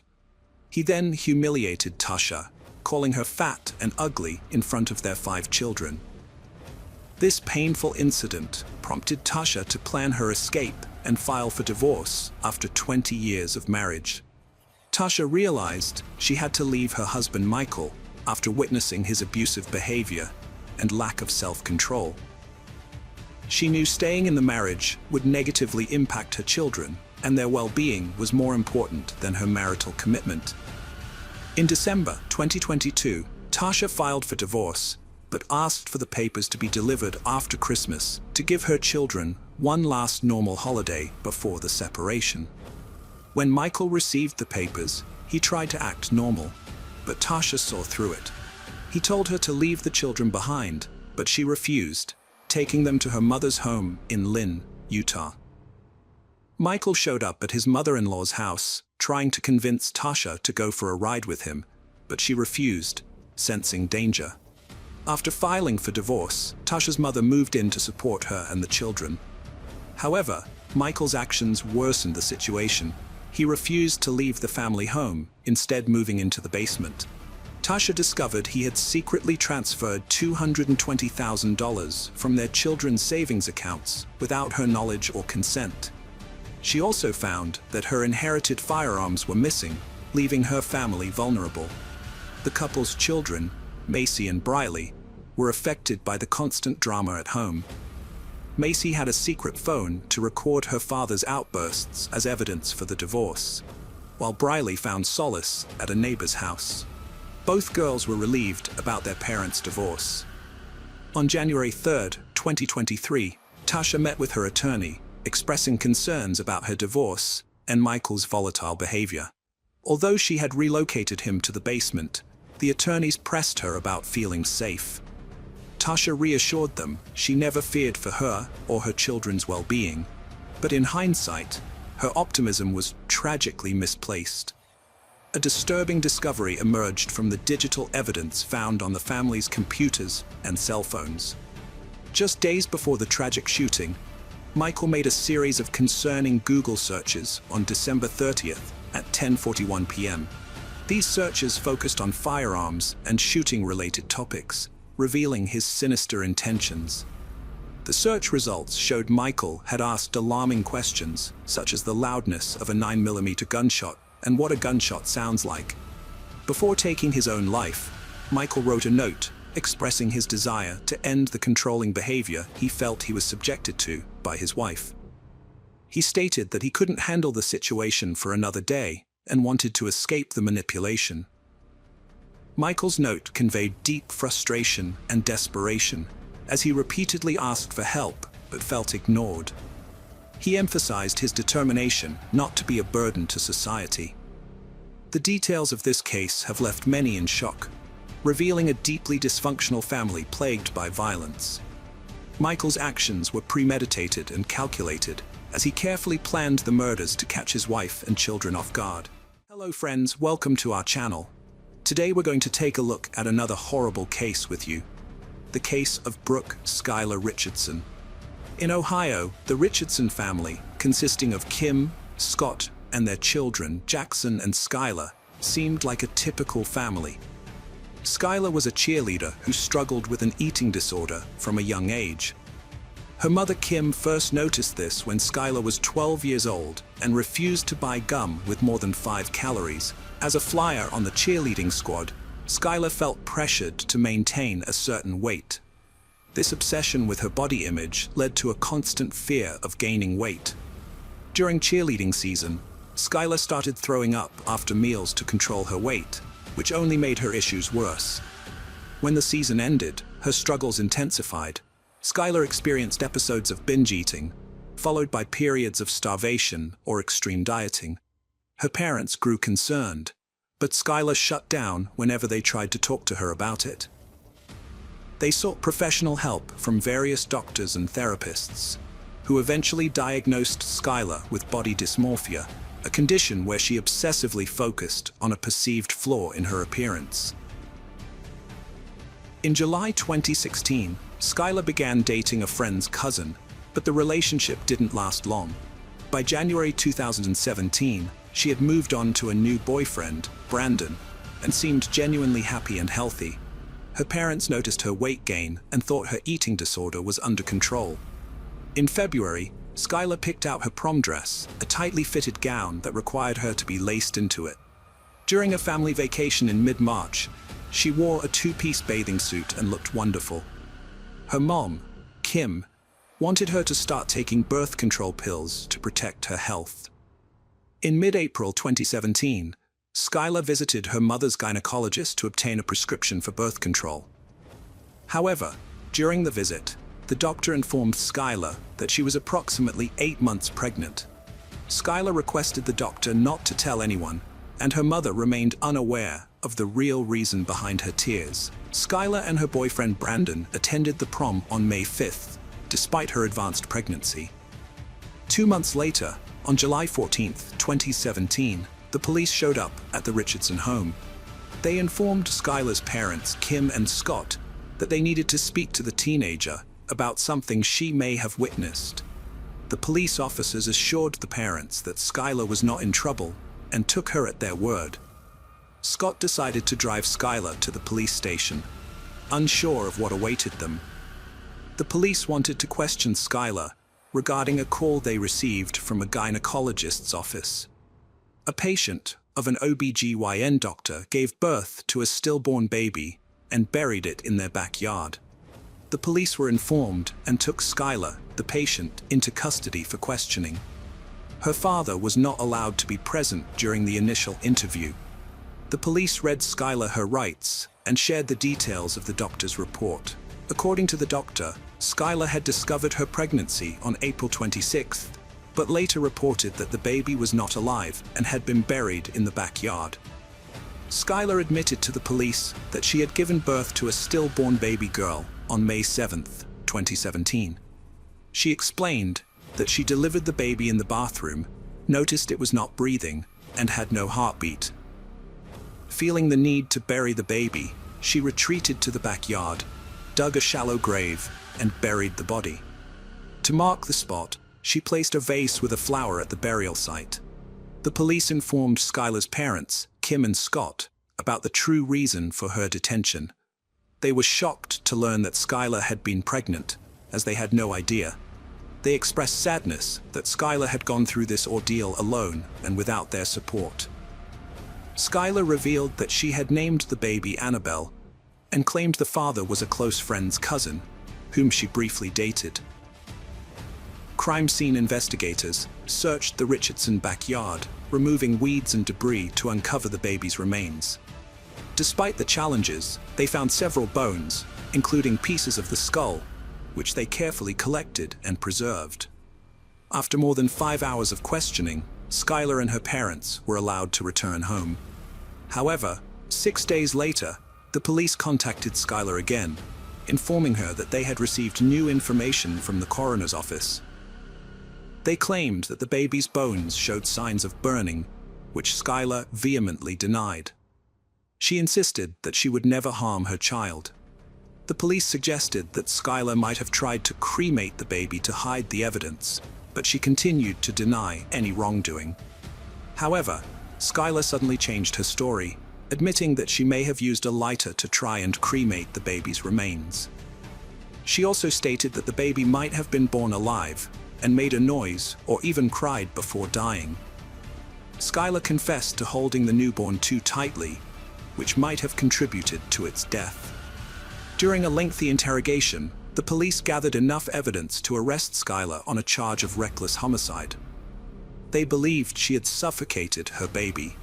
After presenting the case to a grand jury, Skylar was indicted and arrested for aggravated murder, which carries a mandatory life sentence in Ohio. At her arraignment, Skylar pleaded not guilty to additional charges of voluntary manslaughter, abuse of a corpse, and endangering children. She spent the weekend in jail until her family secured a $50,000 bond. Skylar became the center of a media frenzy following her child's tragic death. The public judged and scrutinized every move she and her family made, taking a toll on their well-being. They retreated to the safety of their home, but even stepping outside became difficult due to threats and photographers. Despite her defense attorneys believing Skylar gave a false confession, the prosecution pressed forward with their case. Even when the medical examiner retracted her initial report of burning, the prosecution clung to Skylar's admission that she had attempted to cremate the remains. Throughout this period, Skylar's family endured immense stress and fear. The public scrutiny and threats made their lives unbearable, and they struggled to navigate a world under constant scrutiny. Skylar's defense attorneys worked tirelessly to defend her against the charges. Skylar's family raised the $50,000 bail, but as a condition of her release, she was ordered to wear an ankle bracelet. She remained confined to her home, avoiding public appearances. Over 12 months, Skylar's life took a different path. Her university plans were put on hold as she awaited trial for her baby's murder. The charges were serious, and the defense filed a motion to move the trial to a different county, but it was denied. Skylar faced the trial in the original jurisdiction, grappling with the emotional and psychological impact of the allegations and her isolation. Spending time with her dogs provided comfort and companionship as she awaited her trial. Her family stood by her, believing in her innocence and hoping the truth would come to light. Despite the challenges, Skylar remained determined to fight for her freedom.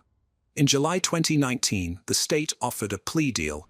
If Skylar pleaded guilty to the remaining charges, they would withdraw the aggravated murder charge.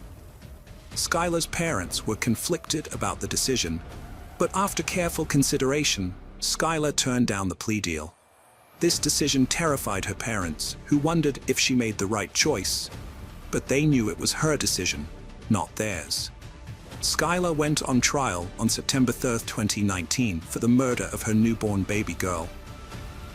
The prosecution presented as evidence a text message Skylar sent to her mother shortly after giving birth, saying she was happy and excited that her belly had returned to its normal size. They claimed this showed Skylar was relieved to be rid of her baby. The prosecution alleged that Skylar sent more texts to her mother and boyfriend within 24 hours of the baby's death, conveying her excitement and happiness. They pointed to phrases like, "I'm so excited," and "I feel so much better this morning," as proof of her guilt. The state believed Skylar was thrilled about the baby's death and attempted to hide her guilt. The prosecution also claimed Skylar had no intention of keeping her baby and presented evidence that she had searched online for ways to get rid of the baby. They alleged that Skylar's mother had threatened that her life would end if she became pregnant, which instilled fear in Skylar. On the third day of the trial, a doctor testified that the baby's death was a violent homicide, but admitted she couldn't determine when the baby's skull fractures occurred. The defense challenged the doctor's findings, suggesting she may have been biased. The defense also questioned the doctor's methods, pointing out that she didn't examine the remains under a microscope or consult with an obstetrician. Another doctor, a fetal medicine specialist, testified that it was unlikely the baby was stillborn, citing Skylar's admission that she felt the baby moving inside her. The prosecution's case included shocking evidence, including images of the deceased baby's remains, which visibly affected Skylar during the trial.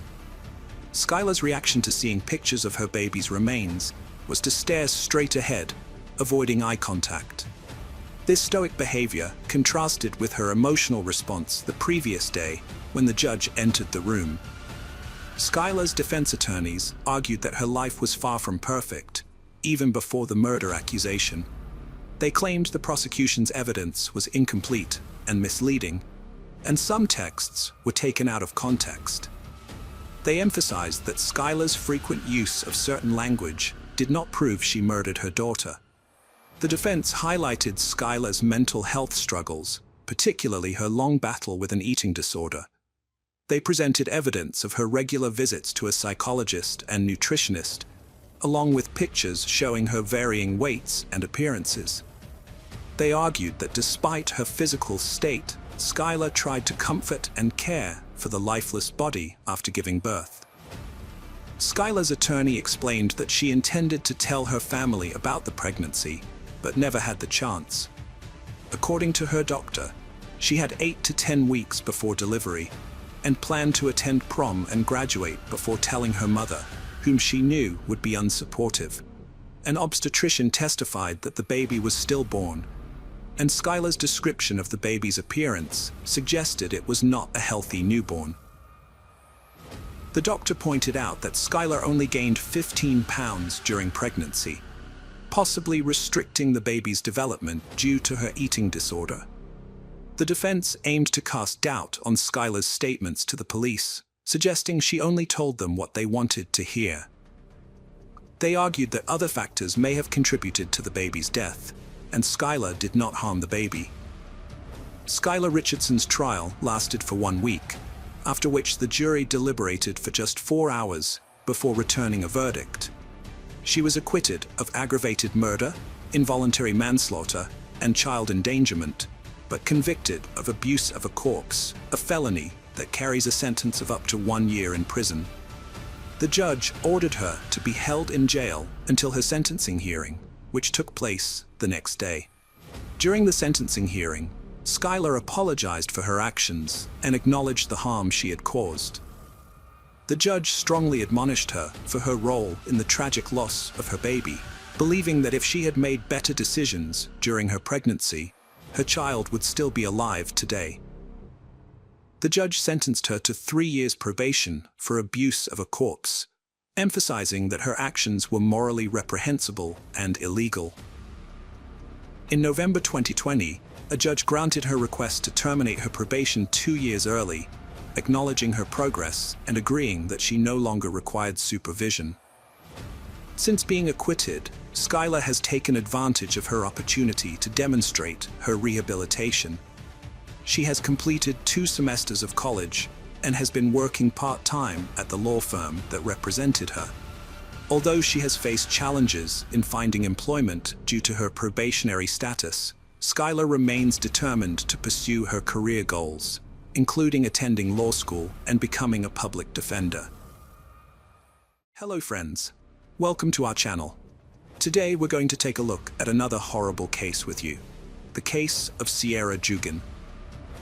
Sierra Jugan was a bright and cheerful young woman who spread joy and laughter wherever she went. Her adventurous nature and ability to find humor in any situation made her a delight to be around, even when she made mistakes. As she entered high school, Sierra's confidence and enthusiasm only grew. She fearlessly tried out new experiences, including volleyball, and showed remarkable poise both on and off the court. After returning from a family vacation on July 19, 2016, Sierra was excited to start the new semester at the University of Toledo, where she had plans to study abroad. She had recently bought a new bike and was eager to take it for a spin.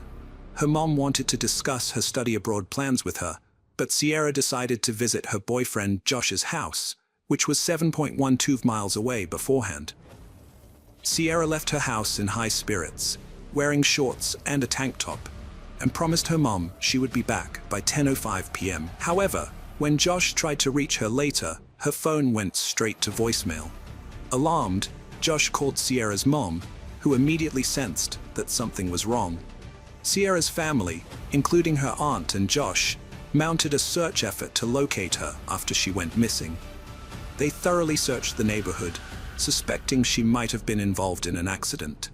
Despite their efforts, they didn't find any clues or signs of Sierra's whereabouts. As time passed, Sierra's family became increasingly worried. Her mom eventually contacted the police, who arrived about an hour later. A concerned neighbor informed the family that County Road 6 was blocked off, and they rushed to the scene. There, they found a chaotic atmosphere and officers who wouldn't allow them to pass. The officers weren't able to provide any information, leaving Sierra's family in a state of panic. In desperation, they decided to seek help from the FBI. As the night wore on, Sierra's family was left to wonder what had happened to their daughter, unable to rest due to their growing concern. The next day, Sierra's mom and aunt started searching for her by calling hospitals, looking for any unidentified females. Although they didn't find anything, they got a promising lead from Detroit, Michigan. A young woman who looked a lot like Sierra was in the hospital after escaping from a moving vehicle with serious injuries. To confirm her identity, a nurse asked Sierra's family to describe any distinctive marks on her body. Sierra's mom mentioned a scar on her calf and her pierced belly button. The woman in the hospital seemed to match Sierra's description, giving the family hope that they had finally found her. However, their hopes were soon dashed when they discovered that the woman in the hospital was not Sierra after all. The family was devastated to learn that the person found wasn't Sierra, as they had pinned their hopes on it being her. Later that morning, police officers came to Sierra's house to update them on the previous night's events. One of the officers had discovered a disturbed cornfield near the area while parking his car. He noticed signs of a struggle inside the cornfield and found a motorcycle track. To avoid contaminating potential evidence, he retreated without touching anything. As he retreated, he caught a glimpse of something shiny that turned out to be Sierra's purple bike. Further investigation revealed several items at the scene, including male and female sunglasses, a bloody sock, and a screwdriver. Based on these findings, the police believed that Sierra had likely been abducted from that location. Detectives investigating Sierra's disappearance interviewed her friends and family to learn more about her boyfriend, Josh. They found out that Sierra and Josh had been close friends since childhood, starting from when they were just 7 years old. As they grew older, their friendship turned into a romantic relationship in their first year of high school, and they became known for being a happy and adventurous couple. Skiing was one of their shared hobbies, and they would often go skiing together. After high school, Sierra went to the University of Toledo, while Josh attended Bowling Green. Despite the physical distance between them, they remained committed to each other and would often talk about getting married someday. However, Sierra wanted to focus on her education before settling down, showing how dedicated she was to her studies. Despite the challenges of being apart, their relationship remained strong and serious. On July 19th, detectives learned that Sierra had visited Josh's house in the early afternoon. She left his house around 6:30 p.m. to return home, and Josh, concerned for her safety, accompanied her on his motorcycle for part of the way. However, after a few miles, Sierra insisted that Josh turn around and let her ride her bike the rest of the way home alone.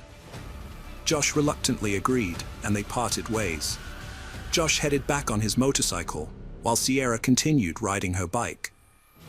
During the investigation into Sierra's disappearance, detectives found motorcycle tracks in the cornstalks near Sierra's bike.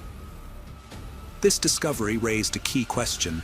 Did these tracks come from Josh's motorcycle? The detectives couldn't ignore this potential connection and began investigating further to see if they could link Josh to the scene of Sierra's disappearance. They set up a command post to gather and analyze any relevant clues. A promising lead emerged quickly. A local resident came forward, saying he had found a motorcycle helmet on the side of the road on July 14th while driving. He picked it up and stored it in his truck. After learning about Sierra's disappearance, he examined the helmet more closely and discovered red stains that appeared to be blood. The helmet was found in the same general area where Sierra's bike was discovered in the cornfield. The detectives asked Josh about his motorcycle helmet, and to their relief, he produced it, confirming he had it with him. They also verified his alibi by speaking with his parents, like ruling him out as a suspect. Although visibly shaken, Sierra's family never considered Josh responsible for her disappearance. The detectives were determined to identify the owner of the blood-stained helmet, recognizing the significance of DNA evidence. They sent the helmet to the crime lab for testing, anticipating a potential breakthrough. The detectives waited patiently for the results, hoping it would lead them closer to solving the case. The news of Sierra's disappearance spread quickly throughout the town, prompting the community to come together to search for her. Citizens joined forces, organizing search parties that scoured every possible area, searching for any clue that could lead to her whereabouts. As the townspeople worked tirelessly to bring Sierra home safely, they felt a strong sense of unity. To show their support, the community organized a candlelight vigil at the local high school. The atmosphere was emotional, filled with grief, hope, and determination. Hundreds of people gathered, holding candles and sending their thoughts and prayers for Sierra's safe return. After 2 days of investigation, the police received a tip about a suspicious van seen speeding through the area. They suspected that Sierra might have been taken in the van, possibly falling victim to sex trafficking. The police received a tip about a license plate number linked to a van that was speeding through the area where Sierra went missing. They interviewed the van's owner, who explained that he had sped up because another vehicle had suddenly approached from behind, possibly a family member searching for Sierra. This had startled him, causing him to quickly leave the area, which may have given the impression that he was involved in Sierra's disappearance. After 48 hours of investigation, the police had no leads on Sierra's whereabouts. As each day passed, her family's hopes of finding her alive were dwindling. The police continued their door-to-door search, which eventually led them to a nearby farm that belonged to James Worley. The farm had several structures, including a house, a trailer, and a large barn. The police questioned James Worley about the day Sierra disappeared, hoping to get any information that could help them find her. To the detectives' surprise, James revealed that he had been riding his motorcycle on the day Sierra went missing. However, he claimed that his bike had broken down, causing him to lose some items, including a screwdriver and his helmet. The detectives were stunned, as these were the same items found at the scene of Sierra's abduction. This revelation raised significant suspicions about James. The detectives were determined to investigate further and questioned James about Sierra's disappearance. They noticed scratches on his face, indicating that he had been involved in a struggle. This discovery only increased their suspicions and raised more questions. They wondered if the scratches were the result of a confrontation with Sierra. The detectives decided to investigate James's background, hoping to uncover relevant information. What they discovered sent chills down their spines. James had a dark criminal history, including a previous attempt to abduct a 26-year-old woman named Robin Garder on July 4, 1989. On that day, Robin was getting ready for a neighborhood picnic when she decided to go for a bike ride. As she rode, she became thirsty and contemplated returning home.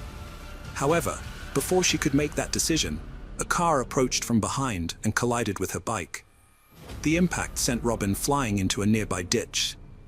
The driver, who later turned out to be James, approached Robin and asked if she was okay. However, he soon revealed sinister intentions, striking her in the back of the head and threatening her life with a screwdriver.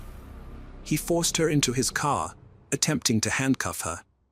Robin resisted fiercely, preventing him from securing the second cuff. Despite being on the verge of losing consciousness, Robin continued to fight. She screamed for help, but her cries were drowned out by the desolate cornfields. Just as she was about to give up, she heard a motorcycle approaching. The rider noticed her distress and stopped to help. Robin escaped by climbing onto the back of the motorcycle, leaving her captor behind. The motorcyclist drove Robin home, where she collapsed. Her mother called the police and an ambulance, and Robin was rushed to the hospital. The motorcyclist then led the police back to the scene, where they found James still present with his car. James cooperated fully, providing identification, but his account of the events differed significantly from the truth. He denied any intention of abducting Robin, but the detectives were not convinced. James Worley claimed that he had to restrain Robin with handcuffs after a bike accident to prevent her from harming herself, not to harm her. He said he was concerned about her well-being and wanted to get her help. However, James had a dark past. In 1989, he was arrested for trying to kidnap Robin and was found guilty, receiving a 6 to 10-year sentence. Due to good behavior, he was released after 3 years. When Robin learned of his release, she was terrified, fearing he might harm her again. The police had reason to suspect James in Sierra's disappearance, given his criminal history. They obtained a search warrant for his residence, which he shared with his mother. Initially, nothing seemed out of the ordinary, but upon inspecting his expansive backyard, they found a suspicious barn. Inside the barn, they discovered a small green crate containing labeled and sealed bags of women's clothing, including a pair of bloody purple panties. The detectives also found a hidden freezer, air mattress with stains, zip ties, duct tape, and handcuffs. James claimed the items were for a porn business, but the evidence suggested otherwise. The police collected all the items for DNA testing, and the evidence led to James's arrest for Sierra's murder. The investigation continued, with the police searching every inch of James's property, including a pond, which they drained to search for evidence. The question on everyone's mind was, where was Sierra's body? The detectives expanded their investigation to the attic's front insulation and neighboring properties, recognizing that evidence might have been dispersed beyond James's property. They thoroughly explored all leads.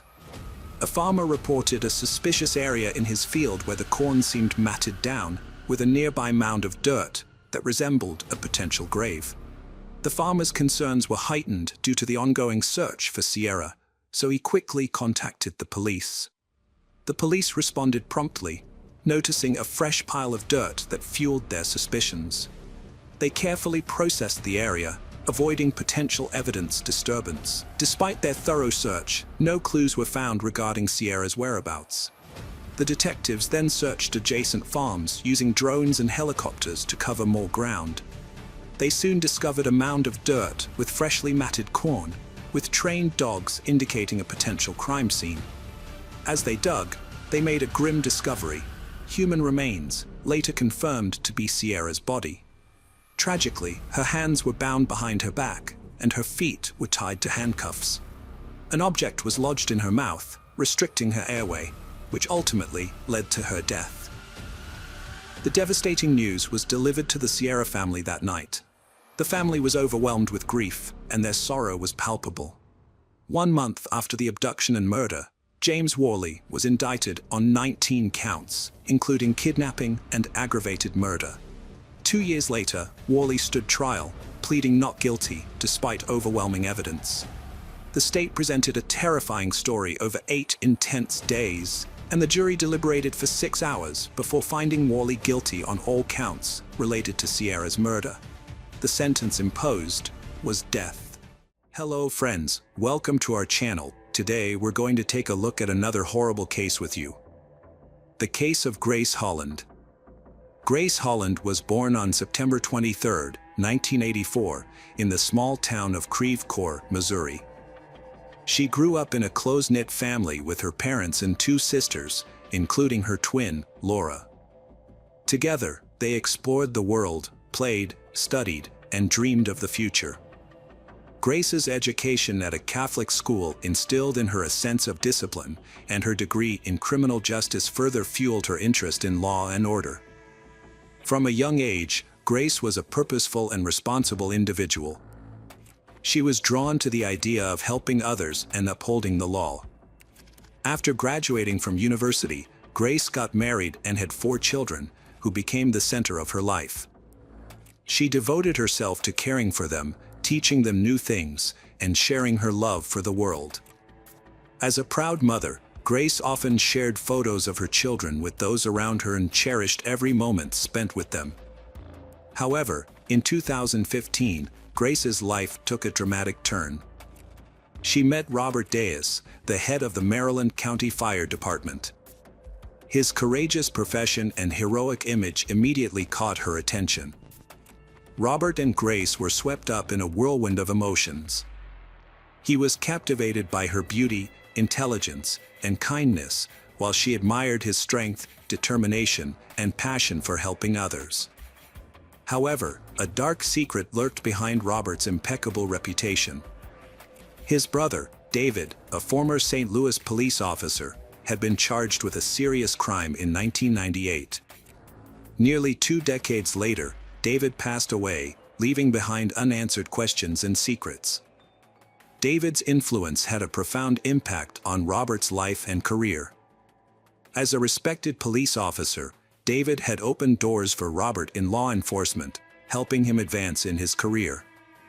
Robert also served in a fire department and held the position of deputy president at the family company, Liberty Arts Works.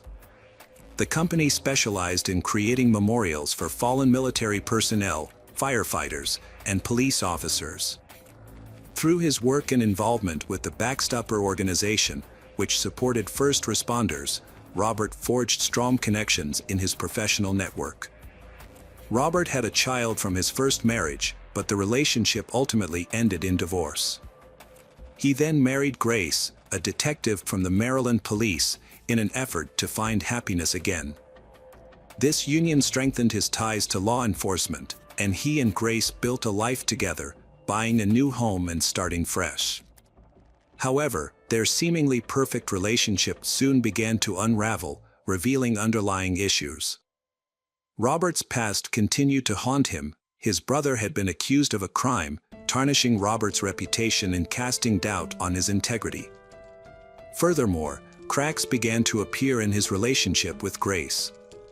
Despite their outward success, their relationship was marked by turmoil, with periods of calm punctuated by intense arguments.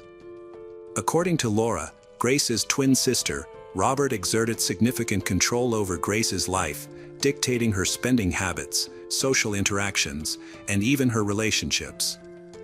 Laura revealed that Grace's best friend ended their relationship after a dinner with Robert, but the reason for the breakup was unclear. This development only increased Grace's feelings of isolation from her loved ones. Grace claimed that Robert forced her to quit her job and join the family business, although there was no official record of her employment. The family alleged that Robert simply instructed the company to pay her without documenting it. During this challenging time, Grace discovered she was pregnant with Robert's child. However, instead of bringing them closer together, the pregnancy increased the tension in their relationship. Their text messages, presented at the trial, revealed their conflicting desires. Grace wanted to keep the child and repair their relationship, while Robert was ready to end things. Court documents provided by the Holland family were shocking. Robert offered to pay Grace $1,600 to have an abortion, wanting to get rid of the child. However, an unexpected event occurred in the summer of 2020 in Missouri, the tragic death of 35-year-old Grace Holland. The suspicious circumstances surrounding Grace's death have left her family and the people of St. Louis determined to investigate further. As the government remained silent, distrust of the official story grew. Grace's mother faces accusations, which only strengthens the family's resolve to uncover the truth. The investigation started slowly at first, but after a lawsuit was filed and evidence was found, the case gained momentum, crossing state lines and captivating the entire country. Public opinion demands a fair verdict. On October 29, 2021, Laura Holland, Grace's sister, posted a heartbreaking letter on the police department's Facebook page.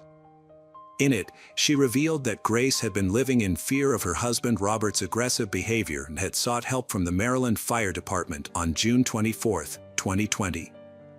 Grace had secretly recorded one of their arguments, which later became evidence of their abusive relationship. On the recording, Robert can be heard insulting Grace, saying he didn't want to be with her. Robert was furious with Grace, accusing her of being lazy while he worked hard. In an attempt to calm him down, Grace confessed her love for him, but this only made Robert angrier. He eventually left her, leaving Grace alone with feelings of bitter loneliness and deep emotional pain. However, the situation seemed to have taken a turn for the better by July 21st. At around 10 p.m., Robert and Grace took a photo together, lying on their bed in their new home. Both of them were smiling, and it seemed like they were trying to put their argument behind them. But this moment of peace was short-lived. 2 days later, on July 23, 2020, at 11:53 p.m., Robert called the emergency services, sobbing uncontrollably as he reported that his fiancée had shot herself. Paramedics rushed into the house to find Grace lifeless on the floor. The cause of her death was determined to be a gunshot wound to the head, resulting in instant death. However, the results of the autopsy, released on September 17, 2020, reveal the surprising level of detail. According to the report, the bullet that killed Grace was fired from a gun she was holding in her right hand. The bullet pierced her left temple, deviated from the center line to the right, and lodged in the occipital lobe of her skull. The unusual trajectory of the bullet raised questions among experts about the official story. The Holland family stated that the detective spoke briefly with Robert at the crime scene. Robert reportedly told the police that Grace was struggling with depression following a recent miscarriage, their second. He claimed that he was in the living room when Grace emerged from the bedroom to hug him, but soon returned to the bedroom.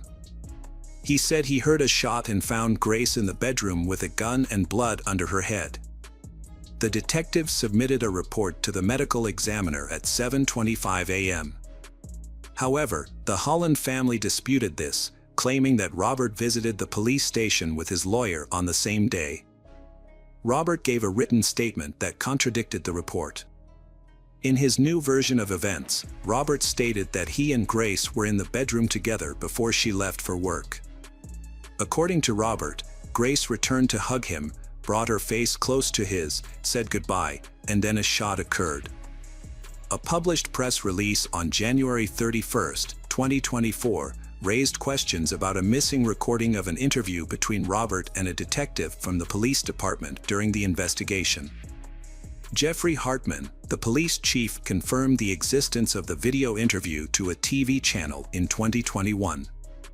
Hartman reported that an error in the department's recording system led to the deletion of the record, leaving many questions unanswered. The police investigated Grace's death on August 4, 2020, and suggested she had been depressed, implying her death was expected. Analyzing Robert's phone data, detectives concluded it was a suicide based on forensic results. However, the Holland family doubted the police's findings and hired a private detective, believing Robert was responsible for her death. Laura, Grace's sister, shared her concerns about the investigation online, detailing the evidence and facts that suggested the police had gotten it wrong. The Holland family expressed their disappointment and frustration with the police, who had never considered Robert a suspect despite the numerous clues pointing to his involvement. The family also criticized the investigators for not conducting thorough tests, such as checking Robert's and Grace's hands for gunpowder residue and examining Robert's clothes for evidence. Furthermore, the police department had lost several crucial videos that could have shed light on Robert's role in the incident. The Holland family expressed concerns about potential police bias against Robert, citing his unusual behavior after Grace's death. Robert showed no concern for Grace's well-being. The family also pointed out that Robert knew some people involved in the investigation, which they believed may have influenced the case. The family claimed that obvious signs of domestic violence were ignored. After their requests for a more thorough investigation were met with no response, the Hollands took their case to court in 2023. They filed a lawsuit against Robert, accusing him of physical abuse and suggesting that he was either directly responsible for Grace's death. Robert's lawyer maintained his client's innocence, acknowledging some facts but denying any involvement in Grace's death. He suggested that the family's emotional distress may have led them to misinterpret events and wrongly accuse Robert. In December 2023, Hartman of the police department requested that the St. Louis County Police Department review the case of Grace. The county police department agreed to review the case and began examining the details in January 2024. During this time, police officers visited the home of Robert to provide medical assistance to his new girlfriend, Dr. Sarah Sweeney. The incident is being treated as a sudden death, but the exact cause is still under investigation. Detectives are waiting for the results of a toxicology report, which may take 4 to 6 weeks to complete. Dr. Sweeney had previously spoken about her struggles with serious illnesses, including bone disease and allergies, for which she was hospitalized in 2021. Her condition could have led to severe allergic reactions, including life-threatening anaphylactic shock, if left untreated. However, her family reported that she always carried an adrenaline shot to manage her allergies and kept her condition under control. They are choosing to wait for the official autopsy results before drawing any conclusions. Robert remains a suspect in the eyes of the law, despite not being charged in connection with the deaths of Holland and Sweeney. The outcome of the Sweeney autopsy may significantly impact the investigation into Grace Holland's death. Following a thorough re-examination, the St. Louis County Police have ruled out the possibility that Grace took her own life.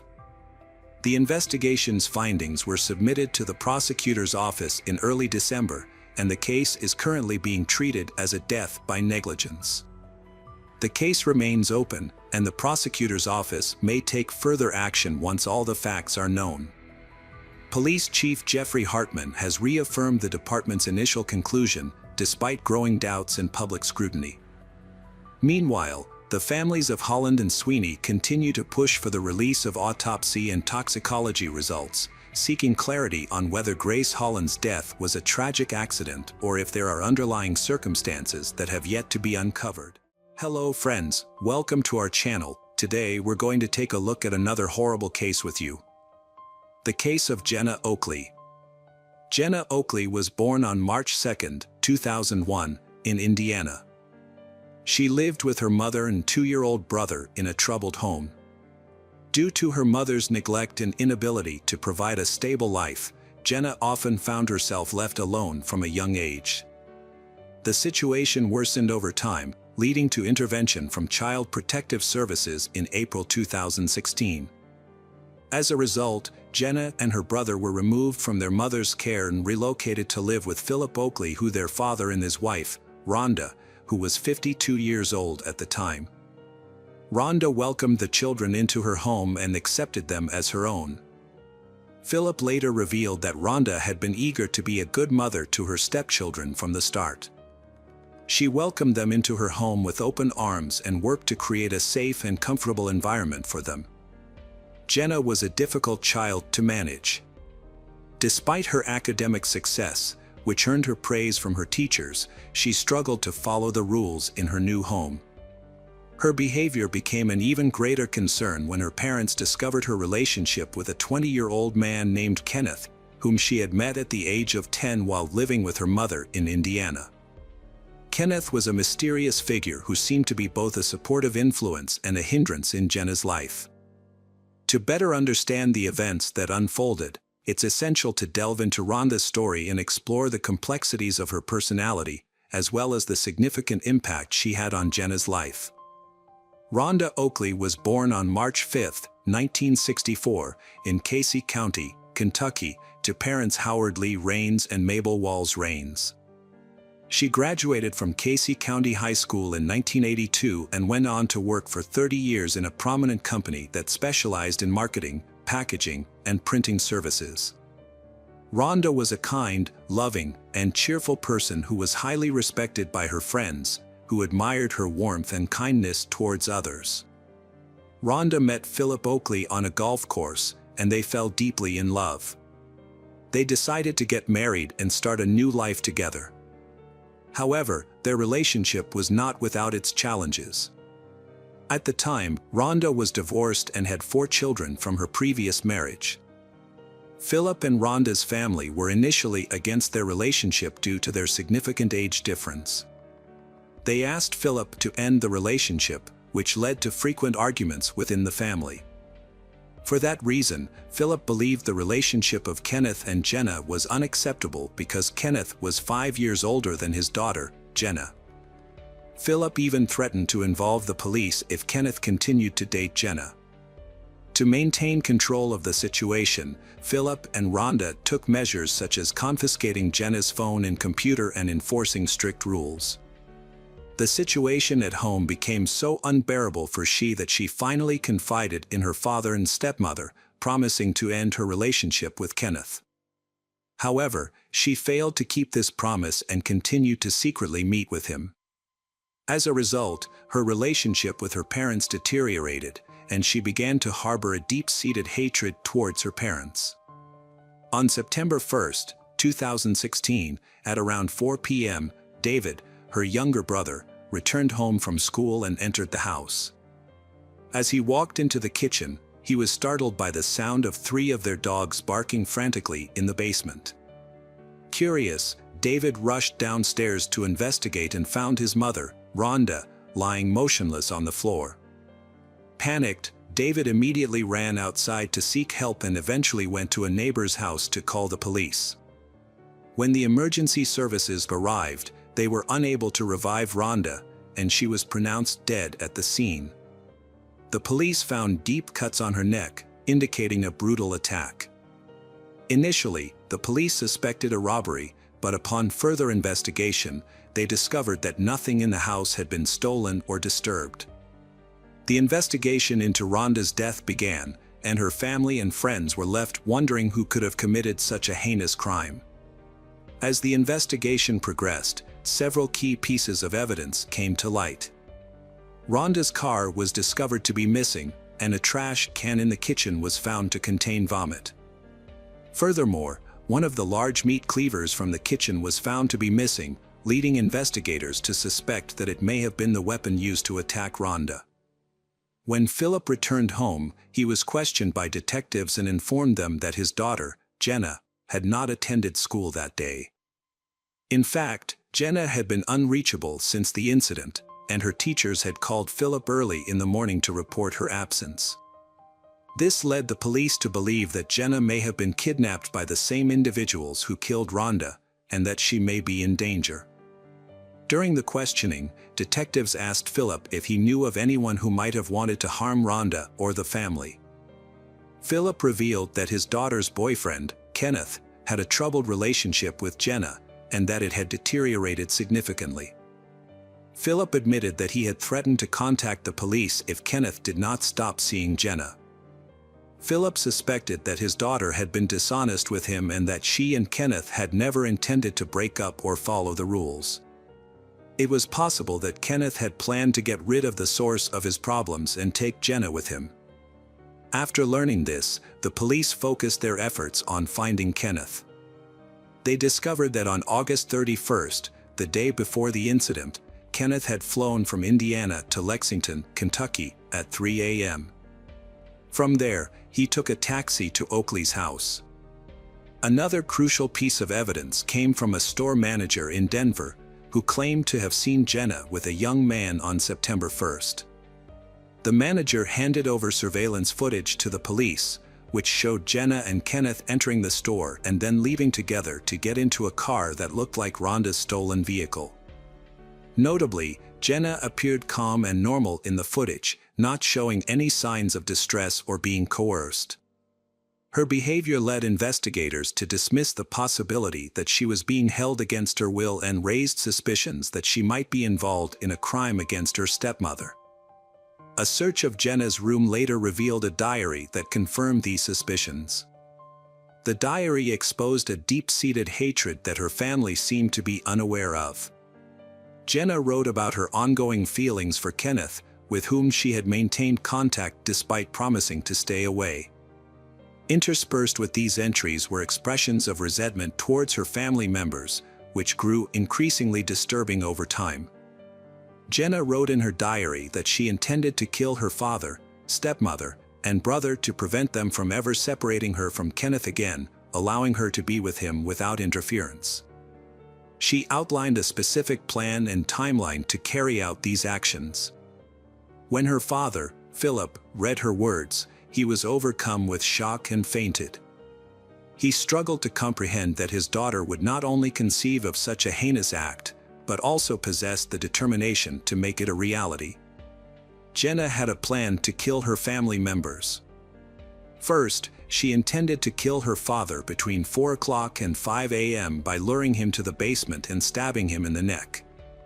Her next target was Rhonda, whom she planned to kill in her bedroom between 6 o'clock and 8 a.m. using the same knife. After that, she planned to kill her brother David in his room. The police discovered Jenna's diary at the start of their investigation, which became the primary evidence against her. Meanwhile, Philip gave the police Kenneth's phone number, allowing them to track and apprehend Kenneth and his girlfriend. On September 4th, 3 days after the crime, investigators located the fugitives in Tucumcari, New Mexico. The police informed local authorities about the case, who quickly located Rhonda's stolen car near a hotel where Kenneth and Jenna were staying. They were arrested and transported separately to a New Mexico detention center, awaiting extradition. However, a search of the car did not yield the weapon used in the attack on Rhonda. Kenneth chose not to face trial. He attempted to take his own life in his cell by hanging himself and wrote a letter. Officers found him and rushed him to the hospital, where he was in critical condition. In his letter, Kenneth claimed responsibility for the crime and stated that he and Jenna acted according to his plan, attempting to take the blame to absolve her. The authorities kept Kenneth's attempt on his own life and his confession from Jenna for a time, deciding it was best she didn't know while being transported to Kentucky. They wanted her to give her own testimony without being influenced by Kenneth's actions. Upon arriving in Kentucky, Jenna also confessed to the crime, providing the police with a detailed account of her actions. According to Jenna, on the day before the crime, Kenneth visited her at her house. They met early in the morning, which is why Jenna didn't attend school that day. They spent the entire day together. Rhonda arrived home around 3 p.m. and encountered Kenneth in the basement. This encounter sparked an argument between Rhonda and Jenna, which eventually turned violent. The violence escalated to the point where Jenna attempted to strangle Rhonda by grabbing her neck. Kenneth then intervened, taking over from Jenna.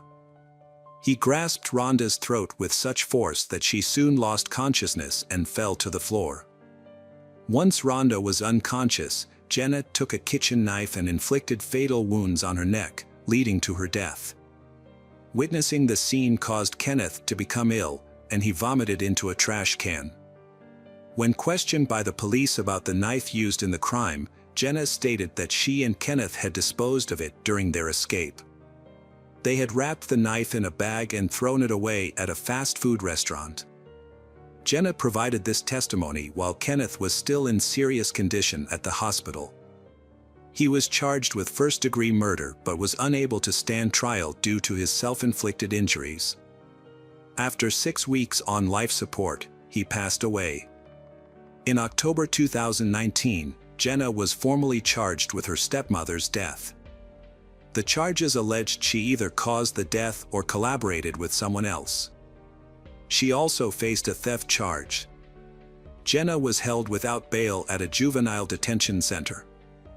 Her father, Philip, stated he didn't care that she was his daughter and felt she didn't deserve his protection after the incident. He hoped Jenna would receive the punishment she deserved. Jenna wasn't informed of Kenneth's death until a court hearing, where she fainted upon learning the news. After regaining consciousness, she screamed, cried, and struggled to calm down. In January 2019, Jenna pleaded guilty to first-degree manslaughter and expressed regret for her actions in court the following month. She expressed remorse for the pain, anger, and disappointment she caused. Upon learning of the plea deal, Philip expressed disappointment, stating that the system failed to prevent the crime against his wife. He claimed there were warning signs that Jenna was in trouble, but no one took action. Philip added that people often advise going to the police immediately, which he and his wife did, yet they still found themselves in a terrible situation. At the sentencing hearing in March, Susan Hooper, a mitigation specialist for the defense, explained that the defendant suffered from abuse, violence, neglect, and lack of basic human rights throughout her life. The lawyer questioned what could have driven a 15-year-old with no history of violence to commit such a crime. The lawyer noted that Jenna had no prior record, was respected by teachers and peers, and it was unclear what led her to take such a desperate step. It was also noted that none of Jenna's family attended the hearing. Philip declined to participate, and Jenna's mother never appeared in court to learn her daughter's fate. This was unusual, as parents typically show interest in the case's progress, even in difficult cases where the accused has committed serious crimes. The lawyer, Susan, gathered extensive evidence and records showing that Jenna was abandoned by her mother, Christ, who neglected her well-being. Susan conducted an in-depth examination of Jenna's early life by reviewing child care and medical records in Indiana and Kent. She also interviewed various individuals who knew Jenna, including neighbors, family friends, caregivers, teachers, school counselors, and her older half-sister. The sister's testimony was particularly relevant, as she had lived with Jenna for several years. According to the sister, they never had a stable or safe home environment. After Christ's divorce from Philip, she started working at a local Indiana prison, where she became romantically involved with an inmate. She eventually posted bail for him, and he moved into their home. This marked the beginning of a nightmare for Jenna, who was only 3 years old at the time. The man consistently robbed them and brought other women into the house, all while Jenna and her brother were present. A neighbor contacted Child Services after discovering that Jenna's family home was infested with rats and that the young children were being left alone all day. When a social worker visited the home, she encountered a hostile mother who refused to let her inside. Upon eventually gaining entry, the social worker was met with a horrific scene. The house was filled with rotting food, piles of trash, rat droppings, and human waste.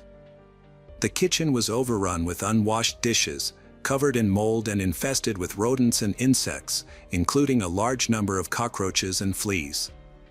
The children were living in deplorable conditions, with no regard for their safety. They had unrestricted access to medications and other hazardous substances, further endangering their well-being. Despite efforts to improve their situation, relocating Jenna and her younger brother to live with their father in Kentucky did not alleviate their problems. Susan stated that Philip and Rhonda neglected them, forcing Jenna to sleep in an unclean basement. However, the lawyer countered that Jenna had simply moved from one unstable home to another. Prosecutor Richie Borms presented evidence during the hearing, demonstrating that Philip made every effort to provide for the children's needs and create a good home. Despite the defense attorney's claims, Borms argued that if abuse or neglect had occurred, child care services would have been notified by Jenna's neighbors, friends, or teachers. Furthermore, the prosecutor inquired if the defense attorney was aware of Jenna's relationship with Kenneth and the fact that her parents disapproved of they. The defense attorney stated that Kenneth was the only person who genuinely cared for the accused, Jenna. According to the defense, Jenna's past experiences had left her with unmet emotional needs. She was searching for someone to provide her with the love and care she had always lacked, and having lost that person, she was now devastated. Defense attorney Anthony Lee Taylor presented scientific documents to justify Jenna's behavior. The articles explained how the child abuse Jenna suffered at a young age had negatively impacted her psychological development. Anthony told the court that his conversations with Jenna led him to believe that she lacked parental love and that her strained relationship with her mother contributed to her inappropriate relationship with Kenneth. Jenna supported this statement by reading a letter in which she expressed her deep regret and apologized to her family for her actions. She acknowledged the pain she had caused Rhonda's family and friends and claimed that she had since become a completely different person, distinct from the Jenna who committed the crime. When Philip stepped up to the podium, the atmosphere in the hall became tense. He and his daughter were visibly anxious about the impending conversation. Philip approached Jenna, looked her straight in the eye, and asked what had driven her to commit such a serious offense. He reminded her that as her father, he had always treated her with respect, and that Rhonda had never spoken ill of her or caused her harm. Philip explained that when they took Jenna in, it was to give her a better life, and that Rhonda had cared for her like her own daughter. However, Philip acknowledged that Jenna had been a challenging teenager, and that he and Rhonda had discussed sending her to a specialized institution to help her get back on track. Philip also shared his concerns about Jenna's relationship with Kenneth, describing him as a predator who had taken advantage of his underage daughter.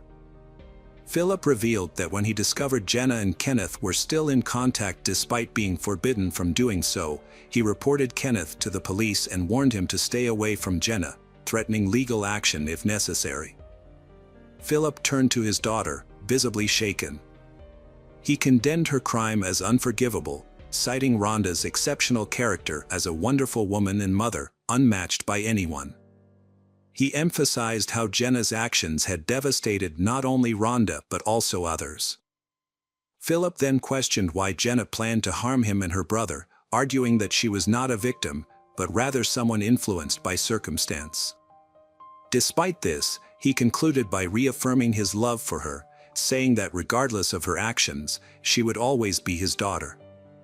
Jenna, overwhelmed, burst into tears, shouting at her father that she never felt part of the family and had never experienced his love.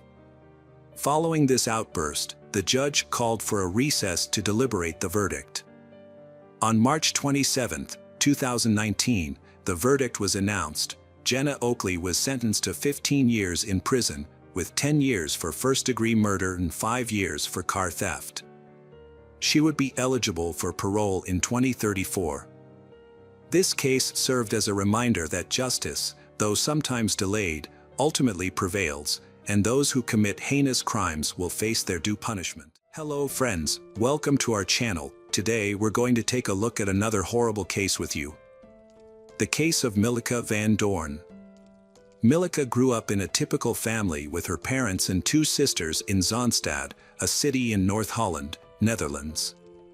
Milleke was a well-behaved child who stayed out of trouble and was friendly to everyone. Having just graduated from high school with a good reputation, she was looking forward to a bright future. However, her life took a dramatic turn one summer evening.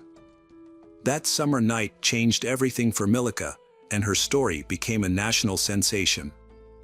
On the evening of Sunday, June 7, 1992, Milleke attended a birthday party for a friend, which was held in an apartment in a local building. The building looked almost the same back then as it does today, except for the taller trees that surround it. Milleke left her birthday celebration early to catch the last bus home, but when she arrived at the bus stop, she realized she had missed it by 30 minutes. Unbeknownst to her, the bus schedule had been adjusted due to the Pentecost holiday. She had another option to get home than taking the train from the station located half a mile away on the same street. However, she never come home. The next morning, the pastor of St. Joseph's Church, which is near the train station, made a disturbing discovery while on his morning walk. He found a body floating in a pond adjacent to the church and immediately called the police at 8:54 a.m. Within minutes, detectives arrived at the scene, and the tragic news was soon delivered to the Van Doorn family, leaving them in a state of shock and grief. Milleke's body was pulled from the water, bearing signs of a violent crime. Injuries on her neck, face, and body, including multiple stab wounds, were evident. She was also found partially undressed. In an attempt to conceal the crime, the perpetrator had covered the body with reeds, but this effort failed, leading to its discovery. The news of Milleke's tragic death was devastating for her family, who had envisioned a bright future for her. The autopsy provided some information about the crime. The presence of semen and pubic hair in Milleke's body suggested a sexual assault. The fact that there was no water in Milleke's lungs indicated that she did not drown in the pond. Instead, She had likely been killed elsewhere, and her body was later hidden in the water in an attempt to disguise the crime. The exact time of Milicka's death remained unclear, with possibilities ranging from immediately after she left a party to several hours later. Milicka's body was found in the water, which made it impossible to determine the time of death by body temperature alone. The pond was where her body was dumped, but it was not the location where she was actually killed. The police were searching for the original crime scene, where they expected to find evidence due to the severity of Milicka's injuries. A key piece of evidence was that one of her shoes was missing, which could potentially lead investigators to both the crime scene and the perpetrator. The police distributed flyers with information about the case, including the fact that one of Milicka's shoes was missing. They asked the public to report if the shoe was found, and eventually, the second shoe was discovered. At the time of the investigation in 1992, DNA research was not advanced, and DNA samples taken from Milicka's body did not provide any useful leads for the detectives. The investigation began with interviews with Milicka's family to determine if she had any conflicts or enemies. However, the family reported that Milicka had no conflicts with anyone and was doing well personally. She had a boyfriend around her age, and they rarely fought. After learning that Milicka attended a birthday party on the night she died, investigators spoke to all the guests, including her boyfriend. However, numerous interviews did not produce any leads, and everyone reported the same story that Milicka had left the party just before midnight and planned to take a bus to her neighborhood.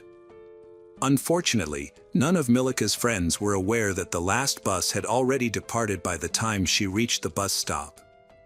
In 1992, mobile phones were not widespread, making it difficult for investigators to determine if Milicka had boarded the bus or reached her destination safely. After ruling out her friends as suspects, the police began searching for witnesses who may have seen or heard something on the night of the crime.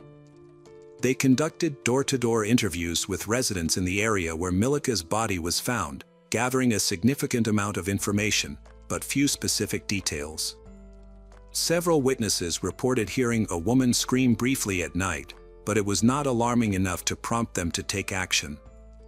Others claimed to have seen a man of Turkish appearance riding a bicycle towards the location where Milicka's body was discovered. As a result, investigators shifted their focus to the Turkish community living in the Kogerveld neighborhood. Some young men from the Turkish community had previous run-ins with the law, drawing the attention of investigators. However, despite months of inquiry, the police were unable to identify a suspect.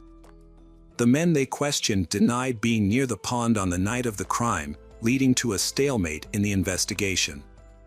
6 months after Milicka van Doorn's murder, a significant discovery was made when a roofer working on the roof of St. Joseph's Church found one of Milicka's shoes. This shoe had been on the roof the entire time, but it was unclear how it got there since the only way to access the roof was by ladder. The conclusion was that the perpetrator must have deliberately thrown the shoe onto the roof while at the pond, but the reasoning behind this action remains a mystery. Unfortunately, any potential evidence that may have been left on the roof was erased by harsh weather conditions over time. Years went by, and Milicka's case remained unsolved, causing immense pain for her parents. Despite the passing of time, the police revisited Milicka's case, conducting multiple interviews with local residents in an attempt to uncover new information. Additionally, the case was featured on several television programs, which led to an influx of calls from the public with potential leads. However, none of these efforts resulted in a breakthrough, and the identity of the suspect remains unknown. The authorities had the perpetrator's DNA samples on file, waiting for a breakthrough in testing technology. By analyzing these samples, forensic experts inferred that the perpetrator was likely a male of Turkish origin, residing in the Kogerveld area in 1992, and aged between 16 and 30 years at the time of the crime. To narrow down the search, nearly 200 men from the area voluntarily provided cheek swabs for DNA testing, but unfortunately, this effort did not yield a match. Almost 20 years after Milicka's murder, a significant breakthrough occurred in April 2012. The Netherlands amended a law making it possible to conduct DNA kinship testing. By analyzing the autopsy results, evidence, and the perpetrator's behavior, investigators created a psychological profile of the suspect. The profile suggested that the perpetrator was a resentful and frustrated individual, angry at women in general. Milica was likely an accidental victim who happened to be in the wrong place at the wrong time. The perpetrator may have had a brief conversation with Milica before attacking her violently and threatening her. After satisfying his urges, he killed her to prevent her from identifying him. For several weeks after the crime, he kept a low profile, possibly pretending to be ill to avoid social interactions and conceal the scratches he sustained during the struggle with Milica. The police profiler described the suspect as a hot-tempered, selfish, and critical individual with few friends, poor relationships with girlfriends, and an inability to handle criticism. Based on this profile, investigators estimated that the perpetrator was between 18 and 25 years old in 1992. In April 2016, investigators reopened the case of Milica van Doorn, which had gone cold for over 20 years. A new lead emerged in June 2016, when a report was filed mentioning the names of two Turkish men who had lived in Zandvoort in 1992, around the time of Milica's death. Notably, both men had left the area shortly after the incident. The police aimed to determine if these two individuals were connected to the crime. Tracking them down proved challenging, and it took over a year to locate them in Turkey and obtain the necessary DNA samples. Finally, the DNA analysis did not yield a match with the DNA evidence found on Milica's body. In 2017, authorities used DNA typing technology to re-examine the Milica case. As a result, the police contacted 133 men of Turkish origin who lived in the area where the body was found in 1992, asking for voluntary DNA samples to compare to the crime scene DNA. The goal was to analyze the Y chromosome pattern, which is passed from father to son, to identify potential relatives of the perpetrator. The authorities assured the men that their DNA would only be used for this case and would be destroyed afterward. Most of the 133 men agreed to provide a DNA sample, only a few refused. A total of 126 men participated in the study. The police appreciated their cooperation, saying it was a testament to the community's desire for justice. After a month of analysis, the results showed that the DNA of the original perpetrator was not among the samples.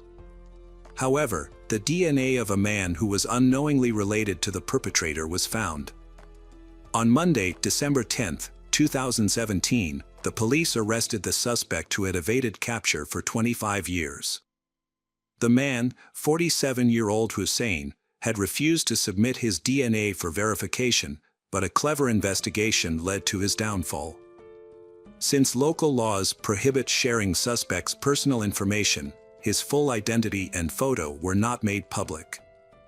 A breakthrough in the case came when investigators cross-checked DNA profiles of relatives, focusing on those who, like Hussein, had refused to provide a sample. Coincidentally, Hussein's brother had willingly provided his DNA to the authorities, unaware of its potential impact on his sibling. This helped the investigators build a list of people connected to Hussein through family ties, ultimately revealing his identity as the suspect who had managed to stay hidden for nearly 2.5 decades. The police obtained a warrant to take a DNA sample from Hussein without his permission. A comparison with the DNA samples from Milica's body showed a perfect match, providing strong evidence against him. As a result, Hussein was formally charged with the crime. During his 2018 trial, Hussein claimed he was not guilty. Initially, he said he was possessed by an evil spirit and couldn't remember the attack. Later, he changed his story, saying he had a secret relationship with Milica, which is why his DNA was found on her body. He claimed he had to keep the relationship a secret because he had recently gotten married. However, the judge didn't believe Hussein's new claim for two reasons. Firstly, he only made this statement a year after his arrest, and secondly, no one could confirm that Milika and Hussein even knew each other, let alone had an intimate relationship. Milika's family testified during the trial. Milika's sister spoke directly to the suspect, saying that he had kept silent for years, hadn't cooperated with the police when they asked for a DNA test, and had continued living freely in the neighborhood. She accused him of going on to start a family and have had 4 daughters and called him a monster who had ruined Milika's life. She expressed her disgust that there were men like him who used and exploited women, treated them like trash, and then simply moved on with their lives. The other sister expressed her disappointment and frustration that Hussein had not taken responsibility for his actions or shown remorse. Instead, he had made a surprising claim of a secret relationship with the victim and complained about his own family struggles. She pointed out that Hussein's family could visit him in prison if they wished, but she could only visit her sister's grave. She hoped for justice, believing that her sister deserved it after meeting a terrible end. It was a deeply emotional day for Milika Van Doorn's family. When her father was given the opportunity to speak, he was filled with anger and said that Hussein's silence for 25 years was cowardly. He found Hussein's treatment of Milika to be extremely disturbing and was shocked by the news of her death. On December 11, 2018, Hussein was found guilty of Milika's murder based on DNA evidence. The court determined that the murder was committed to cover up another crime, a sex crime. Hussein was sentenced to 20 years in prison and ordered to pay €10,000 in compensation to Milika's family. Notably, Hussein refused to be present in the courtroom during the sentencing and instead remained in a cell outside. In February 2019, Hussein appealed his 20-year prison sentence and it was reduced to 19 years and 7 months. But finally, he did not get to serve the full reduced term. Hussein was found dead on June 13, 2022. According to his lawyer, he died shortly after exercising despite receiving emergency medical treatment. The attempts to revive him were unsuccessful,